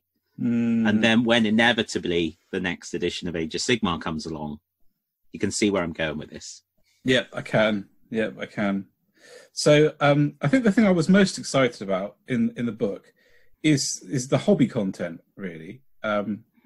So they've done what they've done previously with previous rule books, codexes, and actually given you lots of different build options. Well, there's 4, which are the Great Nations.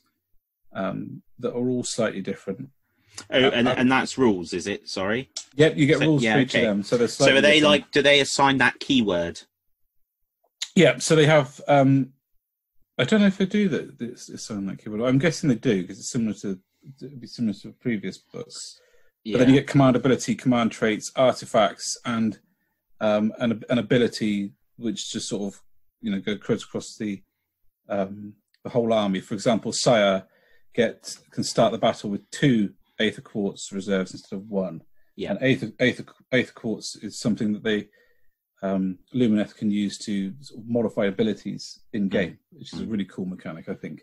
But actually, it can be detrimental to them. They're easier to break morale-wise, so you get a payoff. It's a bit, that's kind of an expansion on the Caradron Overlord have Aether Gold. Yes. So they all start with 1. Well, there's certain restrictions, but in general, they all start with 1, and they can spend it to use a triumph. But when they do spend it, having used up their Aether Gold reserve, they're at -1 bravery. Because they get upset. Unless, of course, they're from Barak Urbaz, where they don't suffer that penalty and they get an extra D3 at the start. I don't know who would choose to run with that rule set for their Caradron Overlords. Be outrageous, really. Yes. You didn't hear what I just said, did you? No, I didn't. I was distracted by my book. Well, this might be the first time that's I was going to say, let's just leave it there and document that that's happened once. It's actually remarkably annoying. Is it? Oh, good. You got to imagine that. So my favourite one out of the abilities is the colour that they painted all of the heavy metal ones is the I'm pronouncing it Eumetrica in light of no one having said it in my earshot, and that's how I've read it. Eumetrica has the enduring as rock battle trait, which changes as a rend characteristic for an attack that targets a Eumetrica Alareth unit in the mountain stance to basically reduces it to 1. So if the weapon has used for that attack has a render characteristic of -1 or -2 instead of only -1. So I find that pretty cool. So it makes them more robust, I think. When elves are typically a bit frail. What I'm really loving is actually the different colour schemes in there, which are very un-elf-like, but really refreshing. So they kind of added new colours into orange and the turquoise ones. Fantastic. But, so what I want to know is, I just saw some of the war scrolls coming up. The Stoneheart King. Give me some stats. Give me some stats, because I'm excited to know what a giant mountain cow wielding a hammer does, because it's got to be good.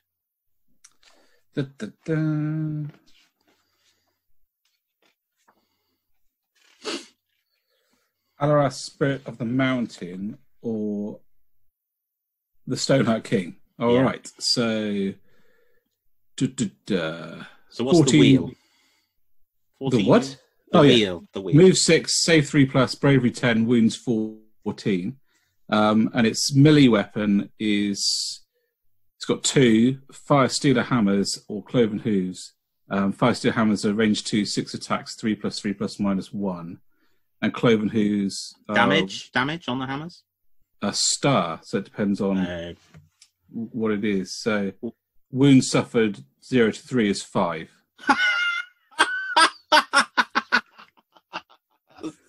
Six attacks, 3+3 +1 rend, damage 5. That's fantastic.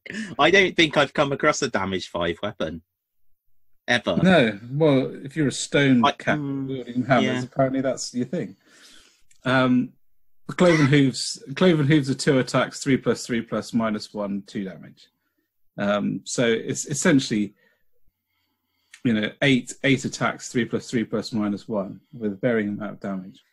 And what about its abilities down the bottom? Has it got anything cool down there? If this model does not make a charge move in your charge phase, you can add 1 to the attack characteristic. If it doesn't charge, that's interesting. If the modified hit roll for an attack made with the fire stealer hammers is 6, that attack inflicts 1 mortal wound, in addition to any normal damage. Okay. I can't get upset about that. I know all about that. At the end of your hero phase, you can pick 1 friendly Lumineth Realnord's elf hero within 6 of this model, and if that elf hero is within 6 at the start of your next hero phase, then you can use a command ability in that turn without spending any command points. I quite like that. Actually. Subtract -1 from hit rolls for any attacks made by enemy models that are within range of this model's Guardian of Heish ability.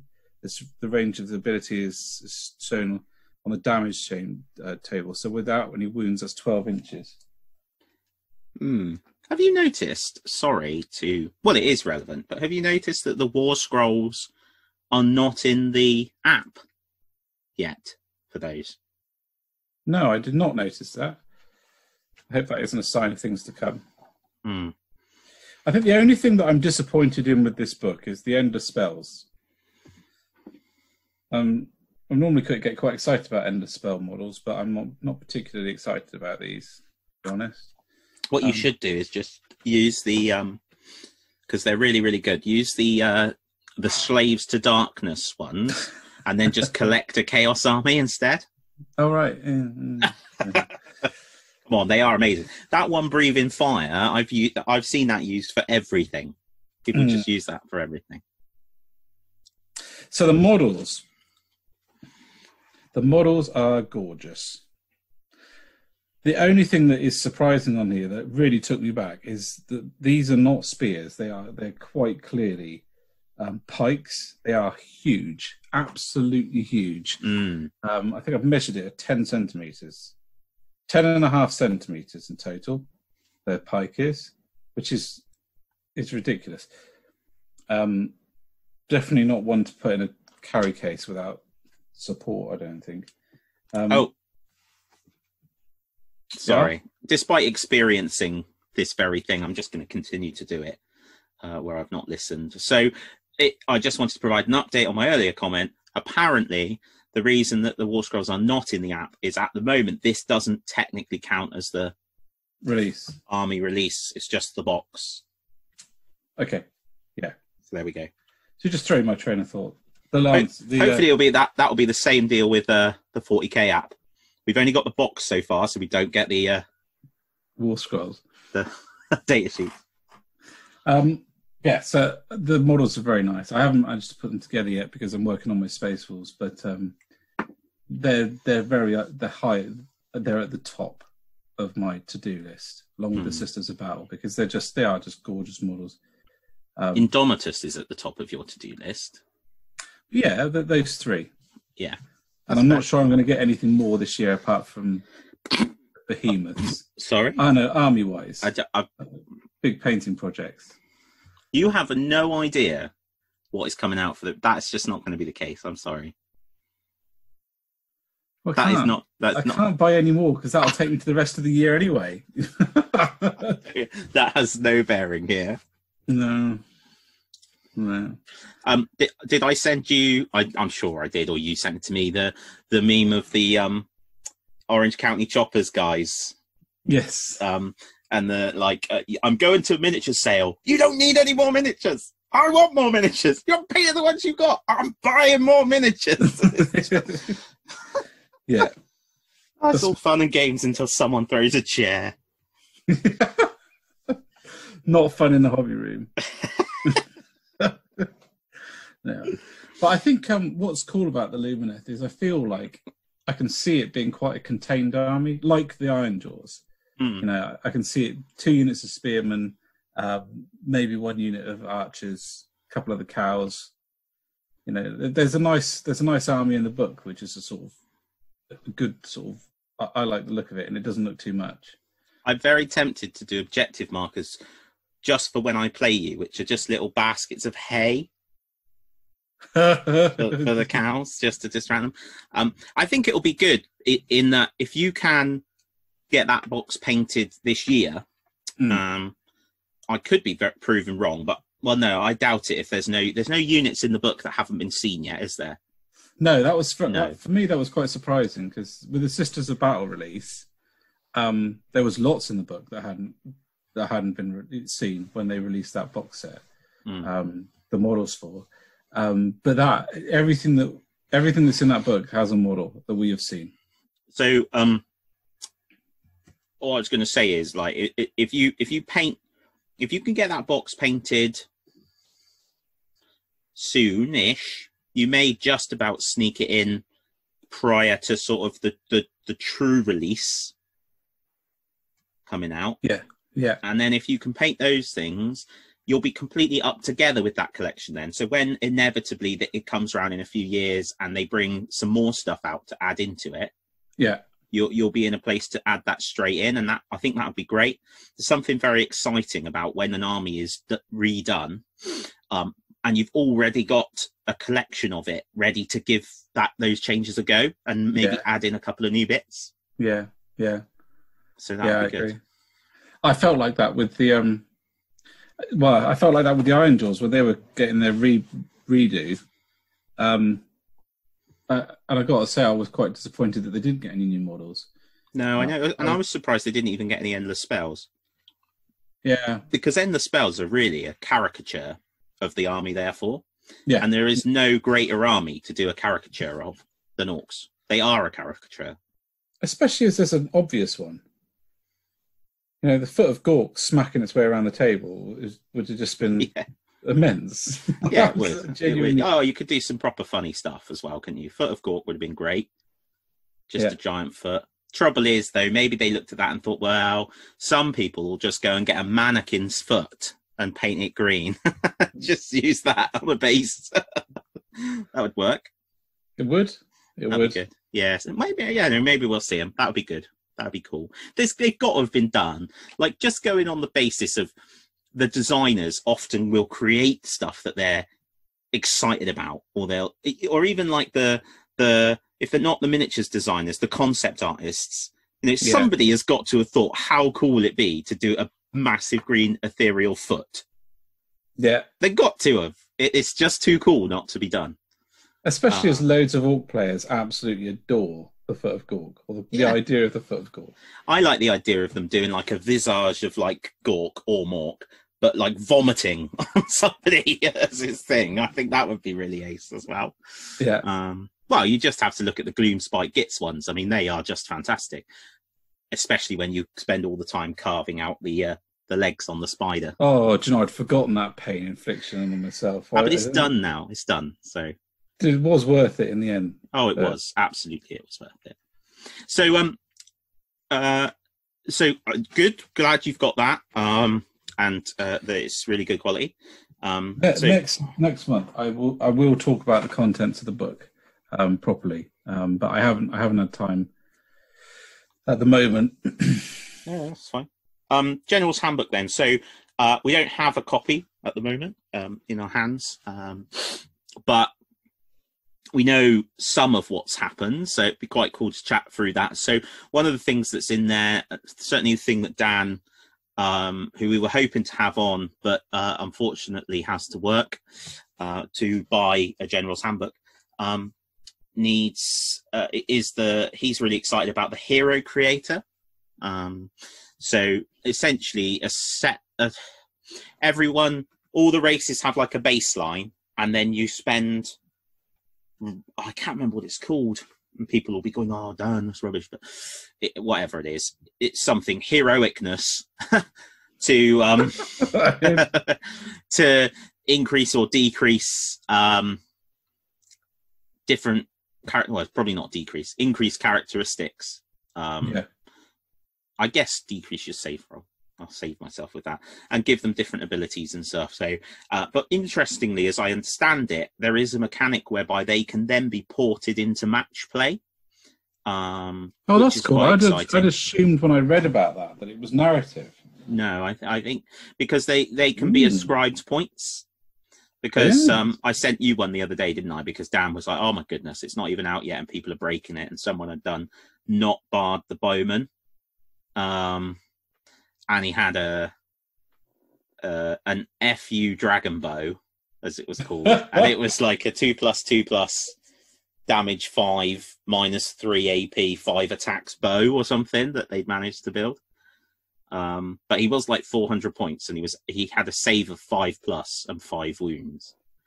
So a bit squishy, but he did have quite a bow. A glass cannon. Yeah. Well, a glass bow probably. So that's quite interesting. There will be new scenarios, and I think there's some changes to the way objectives are held in some of the scenarios, which will be interesting. It's always interesting to see, and also the triumphs. there was in matched, so in the core Age of Sigmar mechanic, there are 3 triumphs. In matched play, previously there were 6. Now there are 3 again, so they've taken out the extra ones. I can't quite remember which ones they were. I think overall it's not as big an impact. The main reason I know that is because the Caradron Overlord mechanic that I was talking about earlier runs off the triumphs. So you spend the ether gold to use a triumph. So of course, when 3 of them disappeared, the Caradron groups were really chuffed about that. But hey ho, it is what it is. I haven't even got mine out of the boxes yet, so there's no point getting there. Is there? By the time mine are built, it'll be a different thing entirely. Is there any reason given for why they've taken away those 3? Were they too powerful, or? I don't know. I haven't seen anything. I mean, it may have been in an article that I've not read. I would surmise that there's a real danger of things becoming too bloated. So, yes. In the last edition of, I don't know if it's in the main game or in the rulebook, but terrain, for example, went from 6 different types to 12 different types. Triumphs, 3 to 6, and command abilities. We had 3 generic. Then we had, we started with none, I think, no generic. But then we had 1. We had the Don't Run Away one. And then we had 3. And then we had 6. Yeah. So, it just starts to get a bit much. And if you've got too much generic, it can take away from the individual flavor of different armies as well. Yeah. That is quite literally just my thoughts on it. I've not read that anywhere. But I think it sounds pretty sensible. It's probably miles from the mark, but it sounds pretty sensible. It sounds good. You made it sound good. Points wise, what you were talking about. Yeah, points wise, because there's been so many battle tomes that have come out recently. There's quite a number of armies that haven't got any points adjustments within this book, because if you think about it, this book would have been essentially sent to printers some 6 to 9 months ago, and really that long ago? Yeah, I would have thought so, because they do work far ahead. Yeah, at the moment I know that printers are really struggling with the demand. So some of the books won't have had time for the community to have played with them and given feedback, particularly given that at the moment nobody's been playing with anything. Yeah, well, unless you lived with the person who played, yeah. So it might even be a little while before we see the FAQ that changes any points. I love the General's Handbook. I always love the General's Handbook because actually, for the large part, it generates a lot of excitement in the Age of Sigmar community rather than resentment. All those changes are, I feel, often embraced. Yes, generally, I would agree with that. And I think I always like seeing the buzz about it, like on the forums. I wonder if I'll be interested to see if we get a new gaming book. Yes. Yeah. I'd love to see a new 40k gaming book that wasn't significantly more expensive than the Age of Sigmar one for no reason. But yeah. Yeah. I mean, the gaming book has scenarios in it, and it also has match play specific rules in it. So those things have changed. You might imagine there'd be a new gaming book. I would be a bit. Whether there will be, because people won't have had as much opportunity to use the current gaming book as maybe normally they would. I think there's a danger in that, to my mind, because then you've got 2 products you need to buy. Well, you don't need to buy the gaming book; it's just there for convenience, I suppose. But I tried to work out the other day how, mainly because of the 40k app, actually, how much it would cost to stay relevant in a game. So in a year that I would expect, looking forward to the next year, how much is this game going to cost me? What minimum will I need to get to be able to play? And I think the General's Handbook is a must, really, for anyone who wants to play match play particularly. That's 25 quid. Hmm. Do you understand? If you add into that, it starts to build up. Is what I'm getting at. Again, yeah, it does. You're right. I think again though, and we've said this many, many times. Every game is treated as an individual thing now. So it is aimed at the guy that just plays Age of Sigmar. It's done with the idea that if you only played Age of Sigmar, you would have enough to keep you interested and enough to generate an appropriate amount of income for GW. Unfortunately, that means that for people like you and I, who pretty much collect everything, every game system, it's very expensive. Just to keep up. Just to keep up with the Joneses. Yeah. But, that's choice. That is a choice. Yeah. I don't have to do it. I'm a big fan of the gaming book as well. I loved it, mate. And again, it is interesting. And I know we touched on this in our own conversation, not on the podcast, when we were discussing the app. But it is really interesting that the 40k team and the Age of Sigmar team sit so close together, like literally just right next to each other. They come up with such different... And they have such different things. Product. And, it could well be that there's obviously something there that they see perhaps that we don't, and maybe a bit of bias. But certainly from my point of view, as a player of Age of Sigmar and a player of 40k, even though it's been a while, the app for Age of Sigmar and the gaming book for Age of Sigmar seem to be much of a better offering than their equivalents for 40k. On the caveat, though, that the 40k app actually isn't out yet. So that is just based on that one article from the community team. Yeah, I think it's worth clarifying that some points in that. I think the offering of having the War Scrolls for free, I think that's a very strong offering.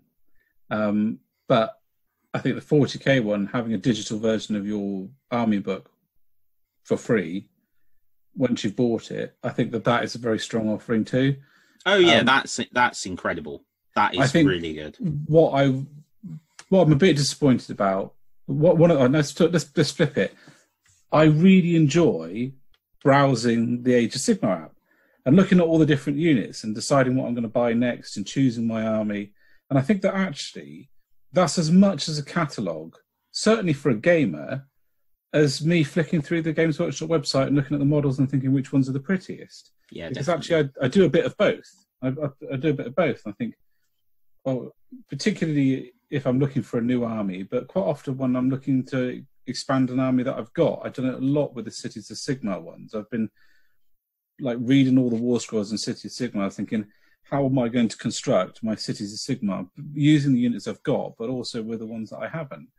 And I think there's a power to that. And you can't play the game with just the War Scrolls or the 40k equivalent. You need the Codex too. So I don't think that they're going to lose out on anything from having those things available. So yeah, but the one that did surprise me, I mean, it's very telling. I have the gaming book for Age of Sigmar. I don't have the one for 40k because I couldn't justify the price for it. It's the bottom line. And I play as much as both. Which isn't very much. Which isn't very much. No, it's not. It's not. I'm the first person to admit that I prioritise hobby over gaming. I do. And unless the gaming is really convenient, I struggle to find time to fit it in. And I'm hoping when I've got my new hobby shed, which I started to lay the foundations for today, which I'm very excited about, and I've got a gaming table set up all the time, I will play more, almost certainly, because that barrier is taken away. It's more convenient, isn't it? Yeah. So I did want to, before we move out of the mortal realms, I played a game of Age of Sigmar this week gone, beginning of this week. on Tuesday against Mr. Wosley, of course, because we always play Mr. Wosley, and we played some mission. I can't remember. It didn't matter. Three places of power, I think it was. And it was great just to get the soldiers back out. And I have to say, mate, I had the biggest grin when I was unpacking my army, because so much of what I was putting on the table I have painted this year and got ready this year. So for the first time, I was able to field all 10 Wrathmongers fully painted and all 10 Skull Reapers fully painted. And that was so good. And like I used all recently painted Blood Reavers, you know, which the quality level is just a different level. And that was really cool. I used the Bloodthirster of Insensate Rage, which I painted recently. I was so happy. And to be honest, like, I know I made a big thing about it when they did Slaves to Darkness and essentially made the War Shrine completely like superfluous. Like it really does nothing for my army. Because of the keywords, and I was really sad because I'd spent ages painting this centerpiece model, and I didn't even think about it. I didn't even think about it because I was just so excited getting all these models out. So that was good. It was even better when the Bloodthirster went into combat. Oh my days! So if you're thinking that you're about to get a broken down tactical analysis of the game, move by move, and non-bias, that ain't about to happen. I can tell you. Because bless Dan, we went in and we had we basically lined up to duke it out over the central objective, and I'm sorry, if you're going to duke it out over an objective with a Khorne army, you've got to be bloody hard as nails. And this Bloodthirster of Insensate Rage, and Ben, you'll be livid in a minute. You'll be going on about the janky stuff any minute now. This Bloodthirster, he flew over the top and into combat. He was within range of my banner, and he was within range of the Wrathmonger, so he had 7 attacks. He gets to reroll when he charges, so he hit with all of them, as you would imagine.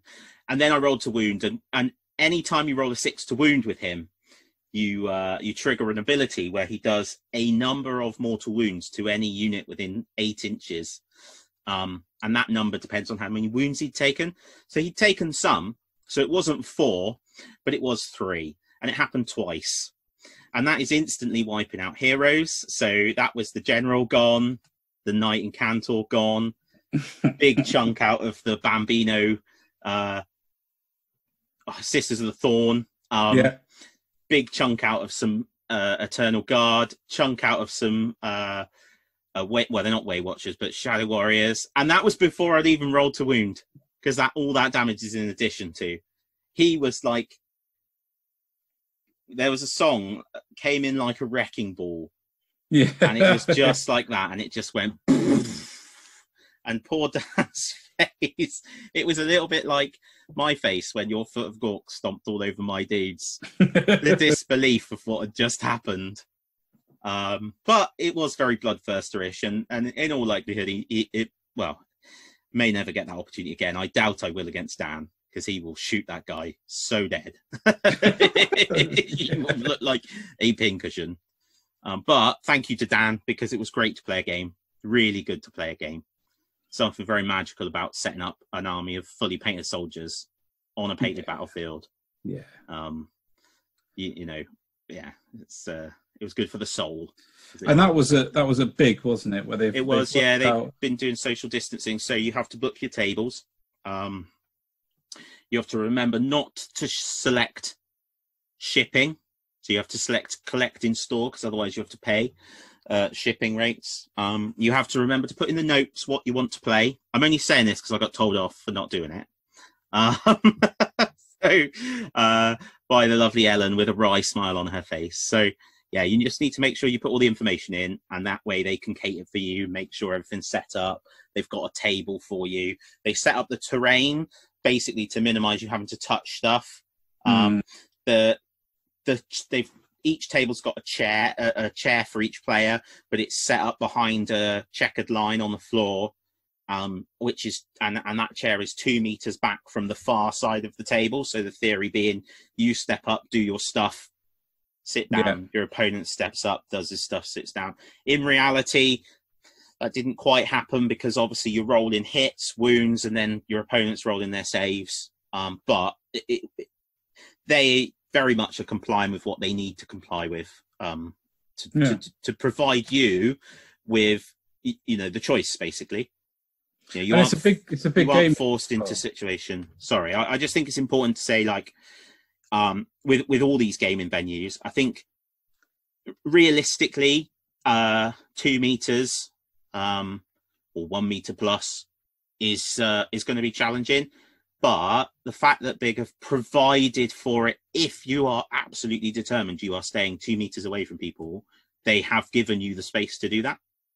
Yeah, I was going to say that the hall is big as well, so there's lots of room around the table. It's not like you're under each other's feet. Yeah. So yeah, I think with that, it probably wraps up Mortal Realms for tonight. But I don't know so over the next month we'll see. We've got Indomitus in a couple of weeks, so whether we'll see any more AOS releases just after that, I'm not sure. But you never know. We've still got the Giants to come at some point. Their points have appeared in the handbook, so they can't be far away. I'm very excited by that. Getting one of them. Me too. Just outright getting one of them straight away.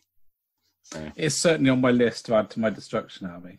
And I think I may end up rolling a dice to choose which one I construct it as, because I just love them all. Yeah, they all are great. What's really nice for me is I know exactly which one I want. I might get you to choose for me. Yeah, I can't decide. Yeah. Should we move on to the community? Let's go into the community.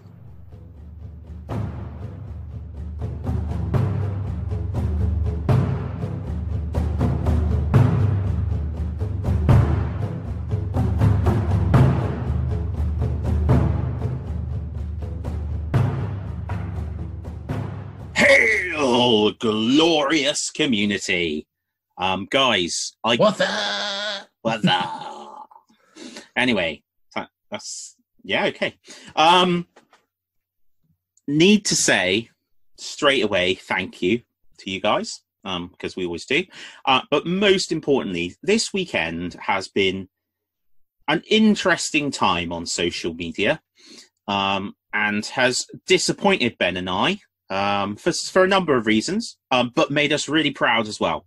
So it's been fantastic to see that the 2P's hobby group has remained a place where people just post cool hobby, and no one has expressed their disappointment about whether they did or did not get an Indomitus box set, or what people are up to, or what Games Workshop has done. Not discounting the importance of those things at all. Really emotional hobby and can elicit some emotional responses. But it has been great to have maintained a state of awesome hobby in the 2P's group. So thank you so much for that, because that's one of the things we were really keen to have in the group when we set it up. It's a pure hobby where people can go and hobby. Yeah, so I was able to retreat to the comfort of the 2P's hobby group and look at some awesomeness over the weekend. And I've even managed to resolve, touch wood, the technical issues by essentially deleting my presence from anything to do with the 2P's on Facebook and starting again. Now, Ben has claimed that me being deleted from the 2P's, I probably just about the same amount of posting. Yeah, pretty much, etc. So, but I've run out of excuses now because I've fixed it. So yeah, I'll. Who believes him? I don't believe him. Nobody. The thing is, though, what I'm saying is I fixed it so that when I post, it's as the 2P's, so nobody will actually know whether it's me or you. So I could be just as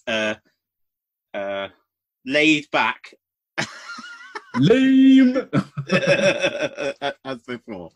So yeah, so thank you for that. So that's a big thank you. So next then, I'm afraid to say, Ben and I have a bit of a chip on our shoulder about something, and we thought about where to talk about it. We thought the community would be a good place, and some of you guys won't agree, with what we say, and everybody is entitled to their opinion.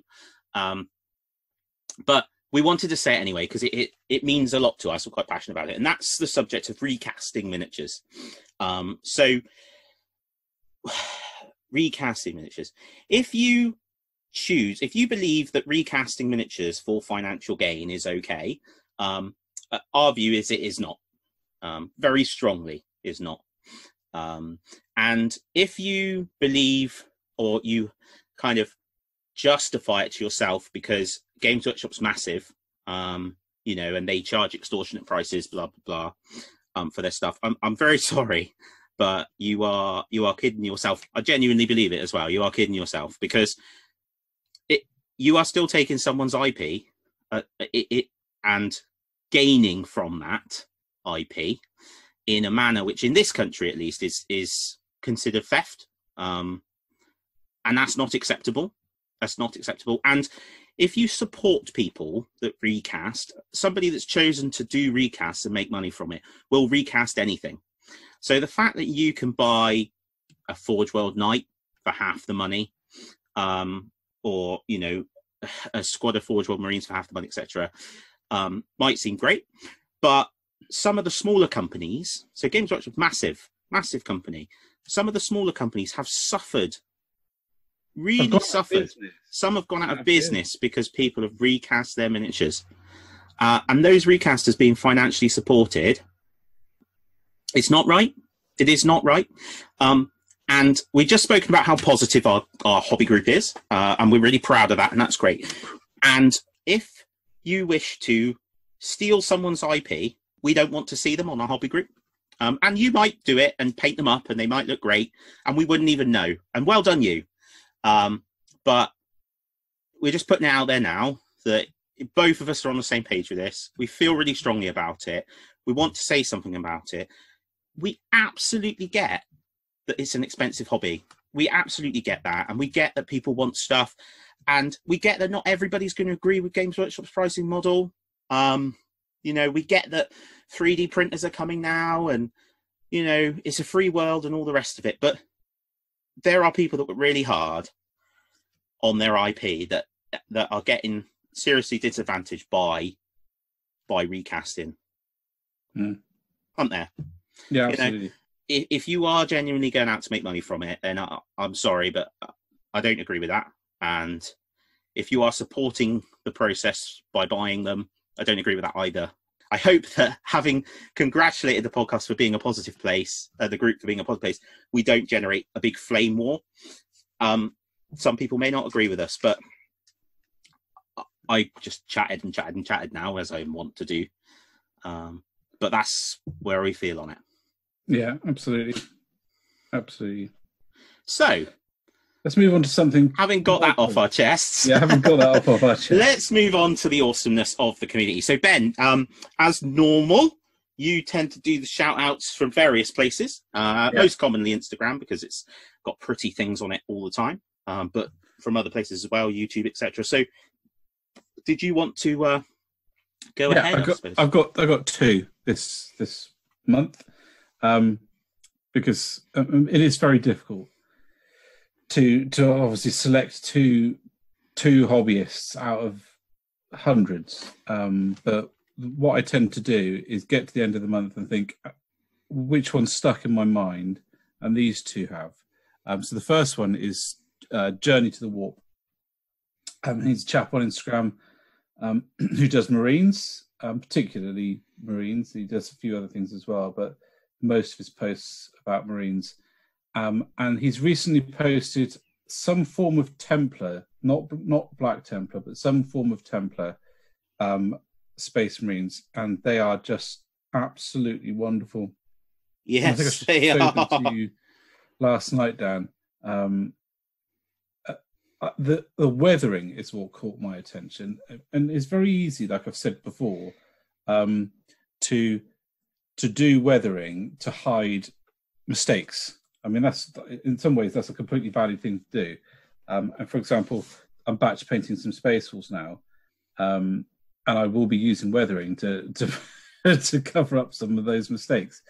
But what I really like about this guy is that actually the weathering is used to augment everything about the model, and I think they're fantastic, really good. I'm trying to find what sort of Templar he's called them, but they're Silver Templars. Silver Templars. Is it just Silver Templars? Yeah, and the Silver Templars are the ones that were featured as part of Conquest.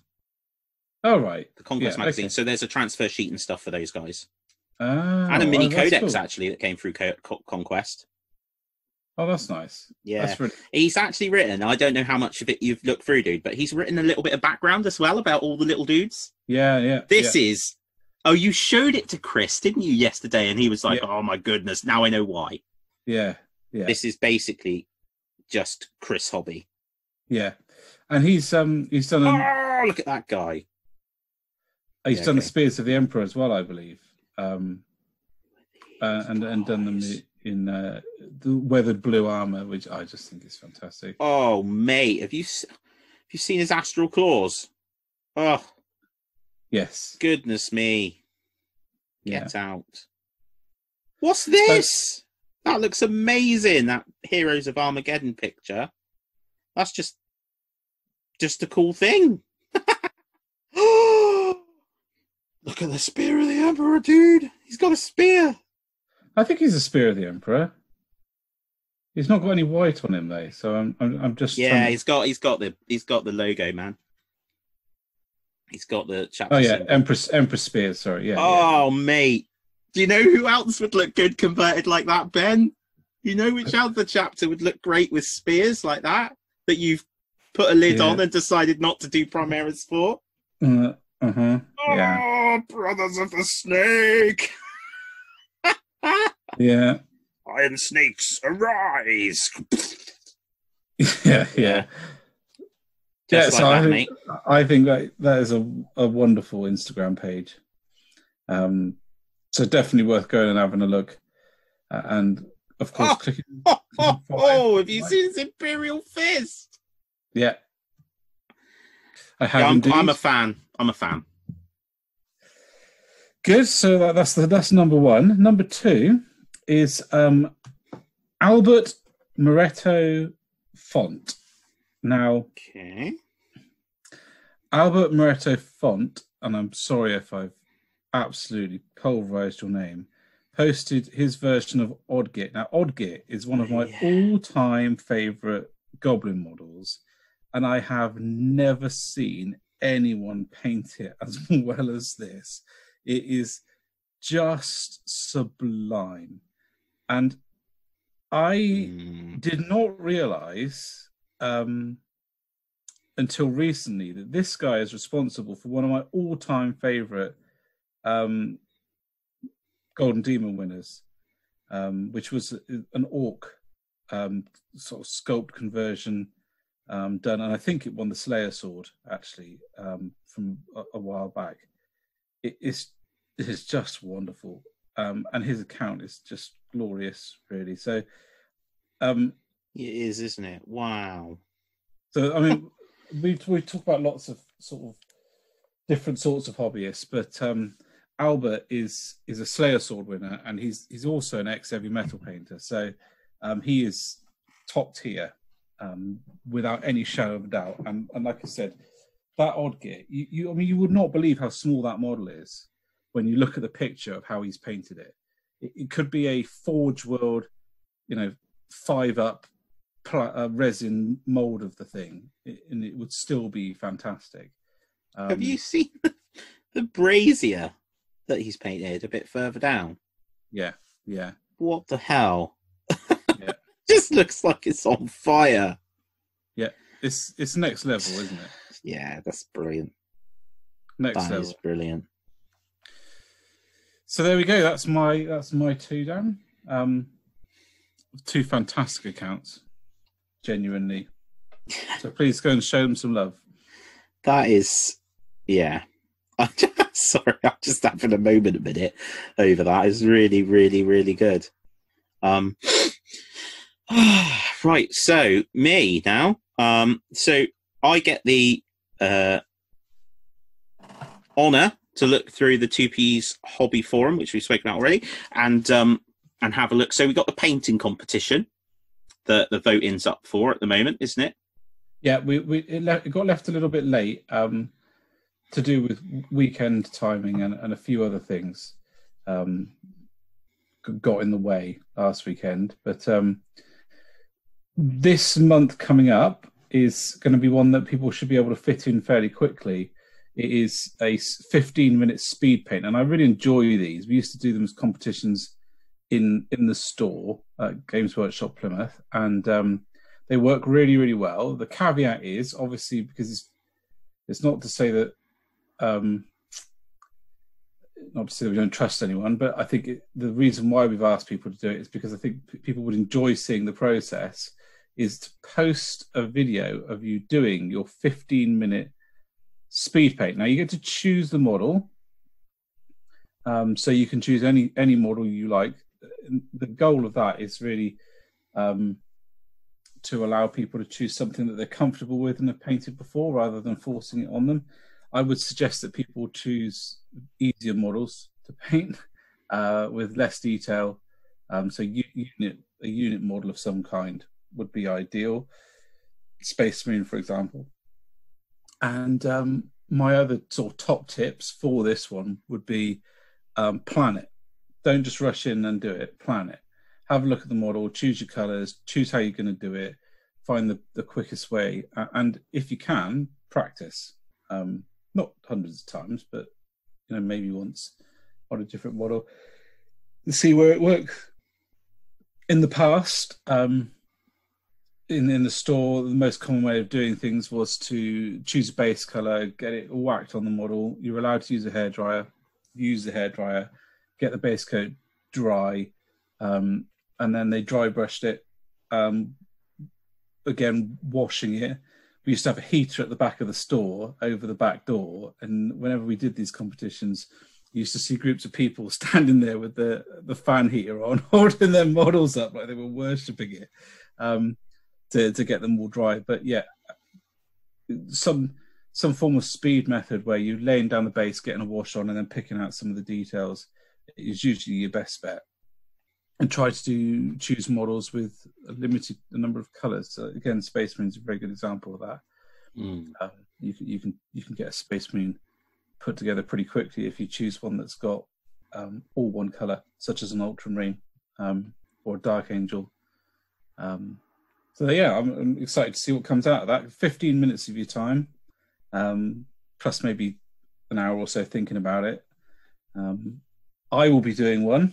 I hope Dan will do one, just to post up and have a bit of fun. And I will encourage as many people as we can to do it. Oh, yeah. I mean, even I should be able to find 15 minutes. Do you know what you're going to paint? No, I don't actually. I was thinking actually of doing an Exorcist. Oh, yeah. Just so I can sort of have a go, see how I can do it. To be honest, airbrushes are fine as well. You might find that airbrush will slow you down though on a single model. You have to clean up between each layer of paint. But laying down a base coat with an airbrush would be absolutely fine. But actually, I don't think you'd be much quicker doing that on one model than you would if you just got some paint and walloped it on. No. So going back to the hobby group then, the first thing that I've got to talk about, I absolutely love it. I'm just looking at it now. Henry Steele has posted a Warbringer Titan. Oh, it's nice, for, I believe it's Legio Krytos. Yeah, it is fantastic. What I love about it is weathered, but yet it's still vibrant enough that on the tabletop and in the scale it's at, it will stand out. And you can sort of see how well it's been executed. So sometimes, because obviously we spoke the other in possibly the last episode about the Grimdark Compendium, and some of that stuff is incredible, and I love it. However, I've seen some stuff on this that's so dark you know, it's I think on a battlefield it wouldn't pop enough. Yeah. As an individual miniature, stunning. But this, for me, is exactly the level of weathered to vibrancy, and I think it's just brilliant. Yeah, really nice, and a nice addition to the Reaver. It's made me want to buy one of these. I haven't painted all my others yet. But it's funny, isn't it? I mean, I don't know about you, but he says as much, that I've never had any interest in that Titan at 40k scale. No, the Warbringer just doesn't interest me at 40k scale. At Titanica scale, oh, it does. It really does. It's great at Titanica scale. I think often the Titan, because they are so big, the pose can make or break it so easily. And I seem to remember the big one that Forge World painted is quite static, sort of bombardment one, whereas this one's got that kind of pose, which it's got a little bit of forward momentum to it. It looks a bit more aggressive. I think the posing has really helped it a lot. So yeah, I think that's really ace. Got to shout out Chris Spurgeon for his first Fulminator. It's good to see those getting off the ground, and we're looking forward to seeing more of those, dude, as well. And we want to keep seeing those. David's put up a really cool white marble tutorial, bit further down, bit further back in the group. I think it's on the back of an Exorcist tank, possibly. Yeah. Oh yes, it must be, because there it is, looking ace. Yeah. So yeah, so that's really good. Worth checking that out. And thanks for posting that, mate, because you know, it's great to share how you do these things, because then other people can do them and feel good. And what on earth, in fact, I must put this as a question, what on earth Tim Barkley is up to now, I do not know. He's got a giant leaping off. It's kind of just come to me. That looks like it's part of a ring, like a boxing ring. Yeah. That's what I thought it was. Or a wrestling ring. That's fantastic. I need to watch the video. That is brilliant. So yeah. I got two from here if you want mine. Yeah, go for it. Yeah. So Garen Hastings Evans has posted a beautiful two-tone OSL of Eltharion, where the two blades are blue and red, and I just think he's done a wonderful job of it. So he's got a red glow on one side, blue glow on the other, and then on the back it's the unlit colours. I think that's absolutely bonza. I'm very tempted to steal that, like, completely for mine. Love it, absolutely love it. And the second one is Simon Andrews has painted up and posted sort of where he's at the moment of his Rohirrim. He's done a fantastic job with these, Dan. And I've watched them grow over the last couple of months, but when you see them all together, it's really wonderful. He's converted a few of the characters because they weren't made yet, and he's got a decent blob of cavalry and foot troops as well. I think they look great, really, really great. And I'm very jealous because Rohirrim is definitely on the cards to be my next Lord of the Rings army, and a big inspiration. Quality work. I think, though, and I say this deadly serious as well, my biggest inspiration and thing I think is coolest on the group has been in the last sort of day, Ian has posted up that his lad, Owen, has painted his first model. So he's done a Plague Bearer. Chaos, yes. And he can't all be perfect. He's 3. He's the same age as Joshy, and there's a lot less paint all over his hands and the table than there was when I tried this with Joshua. So I think the tuition is definitely much further up there for me than I did. So I think that's so good, mate. And he says he's really proud. So, and I don't blame him, to be honest. That's just ace. But dude, I love a grin on his face as well. Yeah, he's so happy, isn't he? Yeah. I've just spotted in the background. There's a suit of plate armor in that hobby room, Ian. Oh, Ian's a reenactor. Yeah. Oh well, that's why then. That's very exciting. Cool. So yeah, some really good stuff. Please keep it up. Thank you, and invite people in to the group. The more stuff that's going in there, the better, because it is really cool to see such a positive place going on. So normally we would go for events, but events haven't really started reappearing as such yet. Some I've seen a couple, but they're quite far off, and I think they're more of a hope than anything. But I think again, it's just reiterating what we say every time about supporting the place that supports you. So whatever you need in your hobby right now, and not just right now, because importantly, you might not be gaming at your local gaming venue, but if you intend to, once you can, and you are making purchases, buy them from them to help them out, because it's tough right now. And if you don't, they might not be here. Yeah, and I hope they don't mind me talking about it, but I saw something I thought was really, really good by Curtain Games just recently. So I made a purchase from Curtain Games, and they've added a functionality. And I was talking to Rob from Curtain Games about just this sort of thing, where you can add a donation, and that donation is based upon their percentage off. So lots of online stuff is driven by discounts, which is fine. But one of the things I said to Rob is, I bet you've got customers that would buy from you at RRP because they want to support you, a recommended retail price. You need a mechanic to let people do that.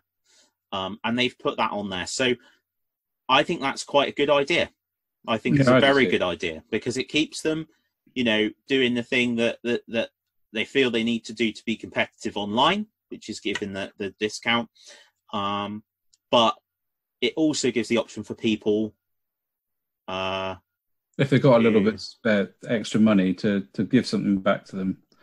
Because that's right. I did say, I mean, I won't make any. I'm not looking for accolades, but so I elected to choose one of the amounts on there, and I did message Rob to say I do think they should give a free bag of Haribo in any order where people select to support them in that way. Is that right? Yeah, definitely. Yeah, okay. Definitely. So yeah, I thought that was quite a good idea. Yeah, I did too. Yeah. And possibly, something especially for gaming venues to think about doing. Yeah. And not everybody will want to do it. Not everybody will agree. Some people say, well, I pay to play my game. And so that's where and that's fine. It's not a problem. The option being the options there. So I think that's really good. So yeah, shout out to Curtain Games as ever.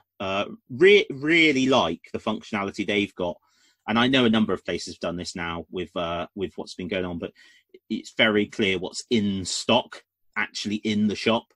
So I think that's really good. Particularly like the in stock filter. Yeah, that's good. And as ever, shout out to Simon at SVG. I know he had everyone's had a challenging weekend with Indomitus, with their various platforms, and how do we get it right, and making sure people get what they ask for and stuff. So thank you to everyone that's been doing that. But yeah, Simon at SVG, really worth being in touch with. The Games Workshop stores as well are starting to reopen now. So, I'm lucky. Bristol Central and Cribs Causeway, really, really good. Big, just down the road, as we've already spoken about in the Mortal Realms section. So yeah, a range of awesome people out there to get your soldiers from. Absolutely. Cool. Absolutely. So, with that, I think it's probably about time to go to those wild old places, drag Chris back from the clutches of the Inquisition, strap him to the excruciation desk or whatever, and zap it for information about Drowned Earth? Absolutely, let's do it. Cool.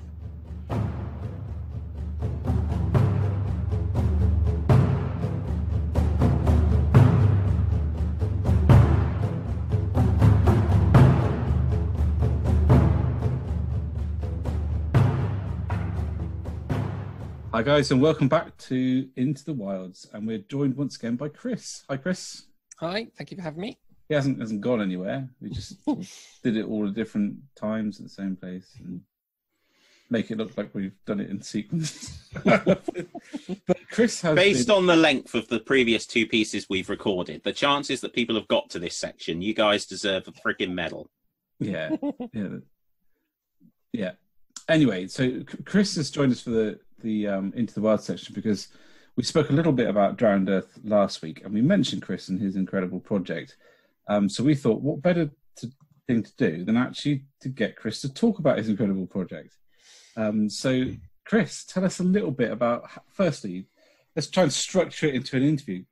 What drew your attention to Drowned Earth? Thank you, Ben. What drew my attention? Dinosaurs? It's awesome. It's a wonderful Dinosaurs. Basically, it's a wonderful little game system. I sort of was aware of it when it came out a few years ago.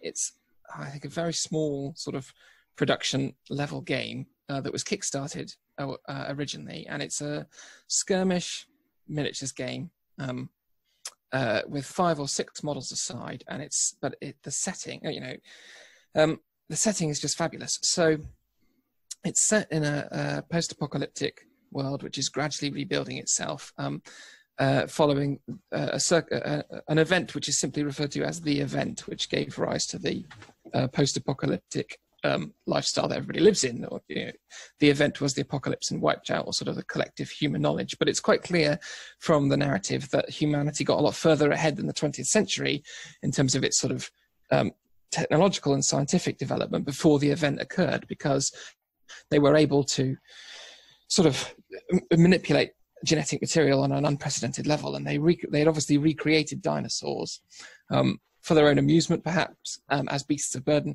It's not really clear why. I've seen that film. Yeah. Yeah. It didn't go well. It didn't hit it. And then, unsurprisingly, this event occurs, and the climate of the planet changes dramatically, or certainly the climate of the area that this is zoomed in on, and it's called the Drowned Earth for a reason. Water is a major feature in the narrative, and you're essentially sort of fighting through the tropics all the time, and it's a great excuse to break out all of your aquarium jungle plants. Yeah. And the jungle board that we all built in the 90s for our Katachan warriors to fight over. Yeah. But it's wonderful, and the miniatures are beautiful. They're metal, so they're if you're coming from the wonders of Games Workshop's plastic, then they can be a bit tricky, but they're lovely little works of art, and they're really appealing. You have a small crew of 5 or 6 people, but in that crew you might have a couple of humans, but in addition to that you'll have a straight out of Planet of the Apes type ape character who walks on 2 legs and speaks perfectly fluent English, and they're like a subspecies called the Berengi, and then there's another subspecies of lizard people and another subspecies of fox-like people, because pre-collapse humans were playing with DNA all over the place, and they were mixing human DNA into the DNA of other races, of other creatures, in order to create different types of races. And some of them have clearer purposes than others, but it's not really always clear why a particular race was created. And in all of that, there's all the traditional sort of post-apocalyptic conflict going on. So it's wonderful, and it's just got so much colour, so much vibrancy, and I've wanted for a long time to build a water board, in the sense of a miniatures war games board that's covered in water, and never really had cause to do so. And I, for what lockdown happened, and for whatever reason, I cleaned out my garage and had access to all of my materials again, and thought, right, now's the time. But and I've looked at a few sort of Google tutorials and things, and there are these. People build these remarkable things and display them on the internet with these complex resin pours that take sort of hours to cure and things. But I wasn't really into that. I wanted something very quick, very simple, that I would also be able to play on. I remember, Ben, you talked to previous podcasts. At what point does a model become so elaborate and so over the top that it's no longer practical to play with. So I had that at the forefront of my mind. I didn't want to build a multi-dimensional, multi-layered resin board that if you stood a model on almost any part of it, it would fall over. So I just went with a straight 2x2 piece of plywood, painted it in some masonry paint that we had left over in like a dark green, and mixed in a bit of blue with that, and sort of did some kind of swirly effects. And then one of our hobby group was very kind to share a tutorial they'd found that allows you to create a water effect using just PVA glue, which is marvelous. It's not quick by any means, but it is great. And you just dab on bits of PVA glue in wave-like formations, and you do that over and over again. And then you put 3 coats of gloss varnish on it, and you get something that looks, passable as a water terrain, and looks quite nice, really. It looks remarkable, mate. Like, thank you. Yeah. It's not just passable. Like, I saw it, and I was like, I said to you, actually, didn't I? Because I said, how did you do this? And you said, oh, essentially some leftover wall paint and PVA. And I said, I just spent a fortune on an AK Interactive product to try and do that. And it's true. It's true. And actually, there is a lot to be said for all these products, but there's also a lot to be said for good old-fashioned hobbying, and like creating. It's great. And then my mind sort of spiraled from there. So I had all these old jungle aquarium plants that I've never used. And I had a few. Do you remember the old 40K? When 3rd edition 40K was released, it came with scenery in the box, and you had all of those little corner pieces, and they had those trees that you couldn't stick together with any adhesive known to man. I've still got like packets of those trees. And so I sort of threw a few of those together and cut out a few bits more plywood, and stuck that down and flocked it, and just experimented and made some corner pieces of land for my characters to stand on and things. And then I think I was just sorting through some boxes, and I found all that old Goblin Town terrain from the Hobbit starter set that was released. And again, that's another starter set that I bought and had left pretty much untouched. So I dug all of that out and painted it up, and covered it with sort of green moss and things, and that looks great. It looks like a rickety. You can stand that quite neatly on the waterboard, and it looks fine. It looks like it's emerging from the water. So that's good fun. And then Mr. Jolly was very gracious and gave me some barrels. I painted those in red because years of playing video games has taught me that if you shoot them, they explode. So we've got lots of red barrels for cover. And then I started to get a bit more adventurous, and I thought, well, I want some more height. I want some 3-dimensional things on my board. So I thought, I've got to do a waterfall. I've got to try and come up with a way to do a waterfall. And there's lots and lots of ways of doing waterfalls. There are very expensive kits you can buy to create incredible waterfall effects. But again, at the forefront of my mind was, can you play on it? So I wanted the surfaces to be level, and scalable. So I had lots of the old. Do you remember the old Necromunda bulkhead type terrain that you would insert the card pieces in? Got thousands of those.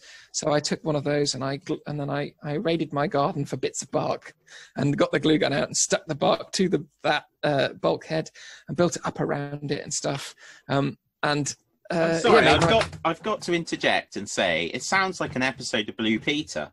It does, doesn't it? Yeah. Here's one I made earlier. That's not Blue Peter, is it? Isn't it? Is it? Maybe it is. Yes, it is, isn't it? Yeah. Yeah, it is. Tracy Island. Mm-hmm. And then I got really adventurous then. I thought, I want some more... Sorry to interrupt. I always found that Blue Peter was a bit like heavy metal painting guides from the 1990s. Look, do this, do that, and then here's the finished product. Yeah. Like 3 steps. Base coat, a bit of a highlight. Ta-da! Mike McLean's finished model. Yeah. It was, wasn't it?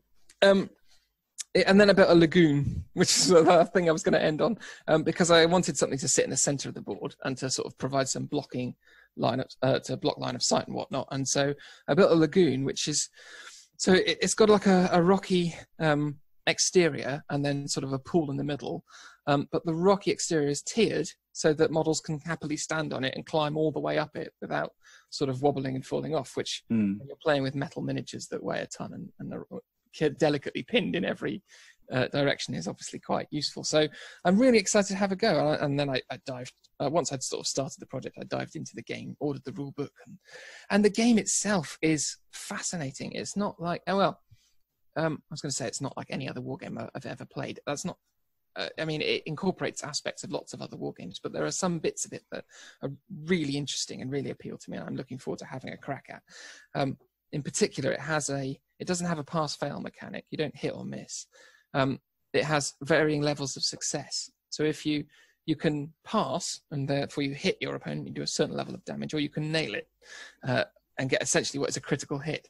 And the effects of, but that sort of stage success mechanic is applied to all sorts of aspects of the game. So it's not just shooting, it's also dynamic movement. So your characters can, jump out of a window. As they're falling towards the water they're going to land in, they fire their submachine gun at a person in the distance. And then there's a reaction mechanic in it as well that allows your opposing player to fire back at you and that sort of thing. A little bit like Infinity in that regard, in that it's, I think the Infinity tagline is "It's always your turn" or something like that, and it incorporates that reaction. Shadowlands does the same as well. It's good. I like it because I mean, even 40k, Overwatch is a form of a reaction mechanic, isn't it? Really. So, I really like that, and I can't wait to have a crack at it. Yes, it is. In that the community reacted like a bunch of nutters. Overreaction, yeah. An overreaction mechanic. So yeah, it's great. And I'm really looking forward to having a go at it. Really, I've spent a lot of money on little metal men already, and continue to do so. And it comes with dinosaurs. I mean, what. That's the thing miniature wargaming has been missing for me, I think, for all these years. So, I'm thrilled. And they're looking amazing, dude. The metal models that you're painting, fab. And Thank you. I think one of the things that's always drawn my attention for Drowned Earth is you briefly touched on it, is the colour. It's so vibrant because it's in a jungle setting, and because the artwork is very good. And the models are so diverse in their colours that because there's different kinds of models. You got like a little dude in a yellow robot suit that's reminiscent of aliens, and then you got a gorilla that reminds me of that the dude from X-Men. You just loads of little different things with different colours. You end up with a really kind of vibrant collection. But it's nice to see that. It's always easy to forget when somebody paints squads like you do, where like you show us a picture at 9 o'clock at night, and 11 o'clock you go to bed, and there's like a whole chapter of space when when you come back with a model, some of them are taking you a couple of days. Like we watched that gorilla develop, and then there's so much colour and your skill with using different colours as shades to less obvious shades to colours that are already there. Thank you. It really comes out in those models because, for a lot of people, if you said, for example, shade green with blue, they wouldn't have thought to do it. But, you just sort of do it naturally and it works really well. I mean, you probably get the gist if you've listened to the rest of the podcast, but I just love to experiment in all aspects of the hobby. Experiment with what I'm building, experiment with the rules, and experiment with the colours as well. So I felt the same about Necromunda. I don't mean to get sidetracked and go back into the grim dark universe, but I was quite Necromunda counts as in the wilds. We decided that. Good, that's fine. But Necromunda has got the potential for a lot of colour.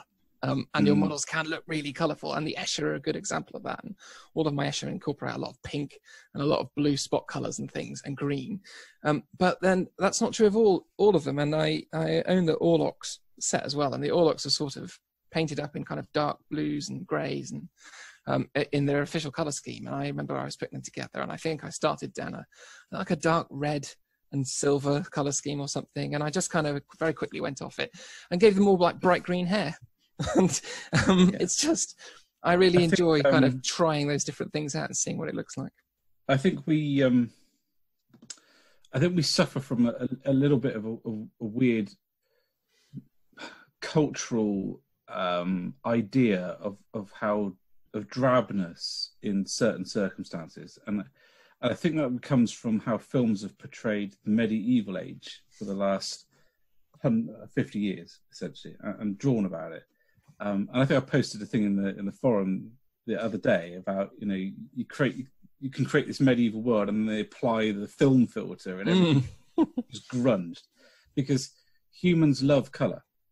They love it. They love it as an expression. And what you tend to find is the more drab the environment that they're living in, like, for example, medieval houses would, you know, imagine it could be quite drab in the cities.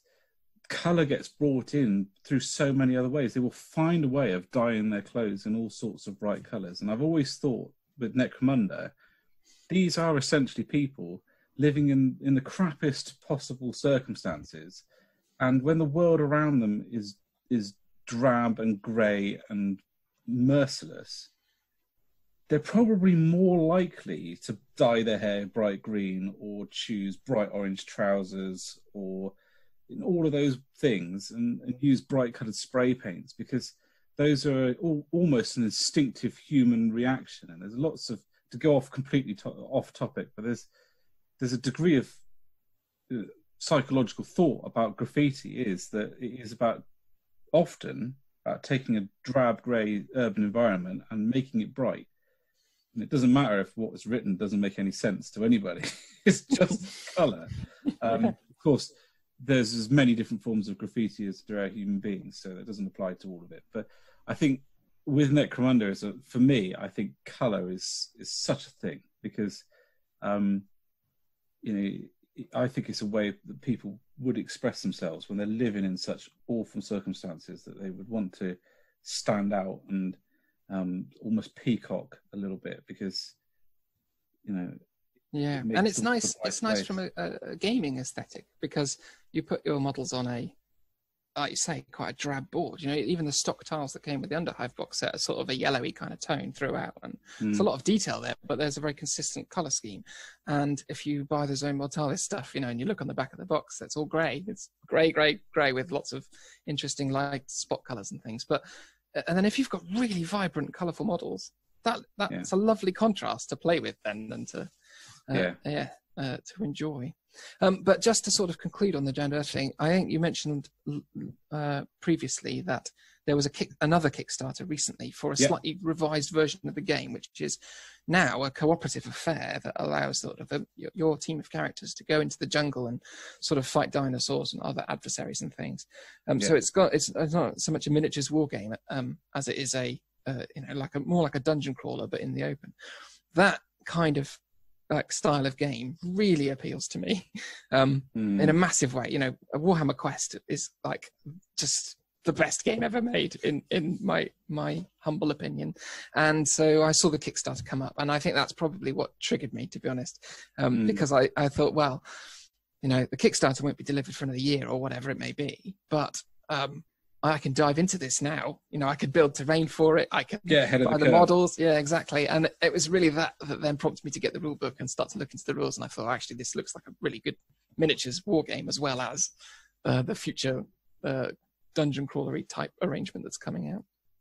So is there any, when Fallout was coming out, there was a number of groups that prepared almost for the release of Fallout by creating scenery, because they knew what it was going to look like, because they had the aesthetic from the computer games. But is there any forums or groups that you would recommend for Drowned Earth that you found on your travels? Yes, so there's a Facebook group which I can't remember the name of, but I'll give to you separately, and you can include it in your show notes if you like. And there's also a Discord server, which is increasingly becoming the playground of those who understand social media, I think. I haven't really used Discord before, but because I was looking for Drowned Earth stuff and looking for a place to kind of share my models,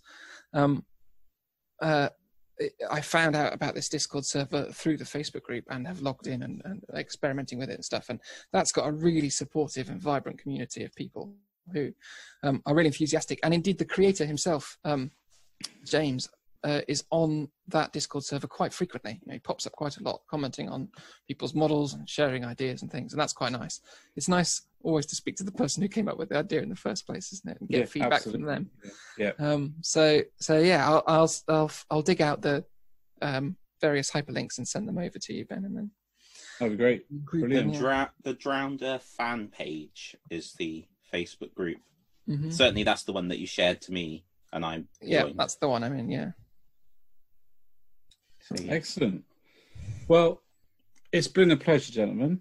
Thank you, Chris, for joining us, being our guinea pig for the Zoom style recording, but also just putting up with our married couple style of recording. It's a pleasure. It's quite nice to be able to interject, and I mean, having listened to almost all of the podcasts, there are moments where I just want to shout at my iPhone and say, and like, no, chaps, that's not how the Emperor would do things and stuff. So it's been quite nice to be here and be able to do that. When anyone who has blended Eldar and human DNA and one of their does not get to comment on what the Emperor would or would not do, think or otherwise.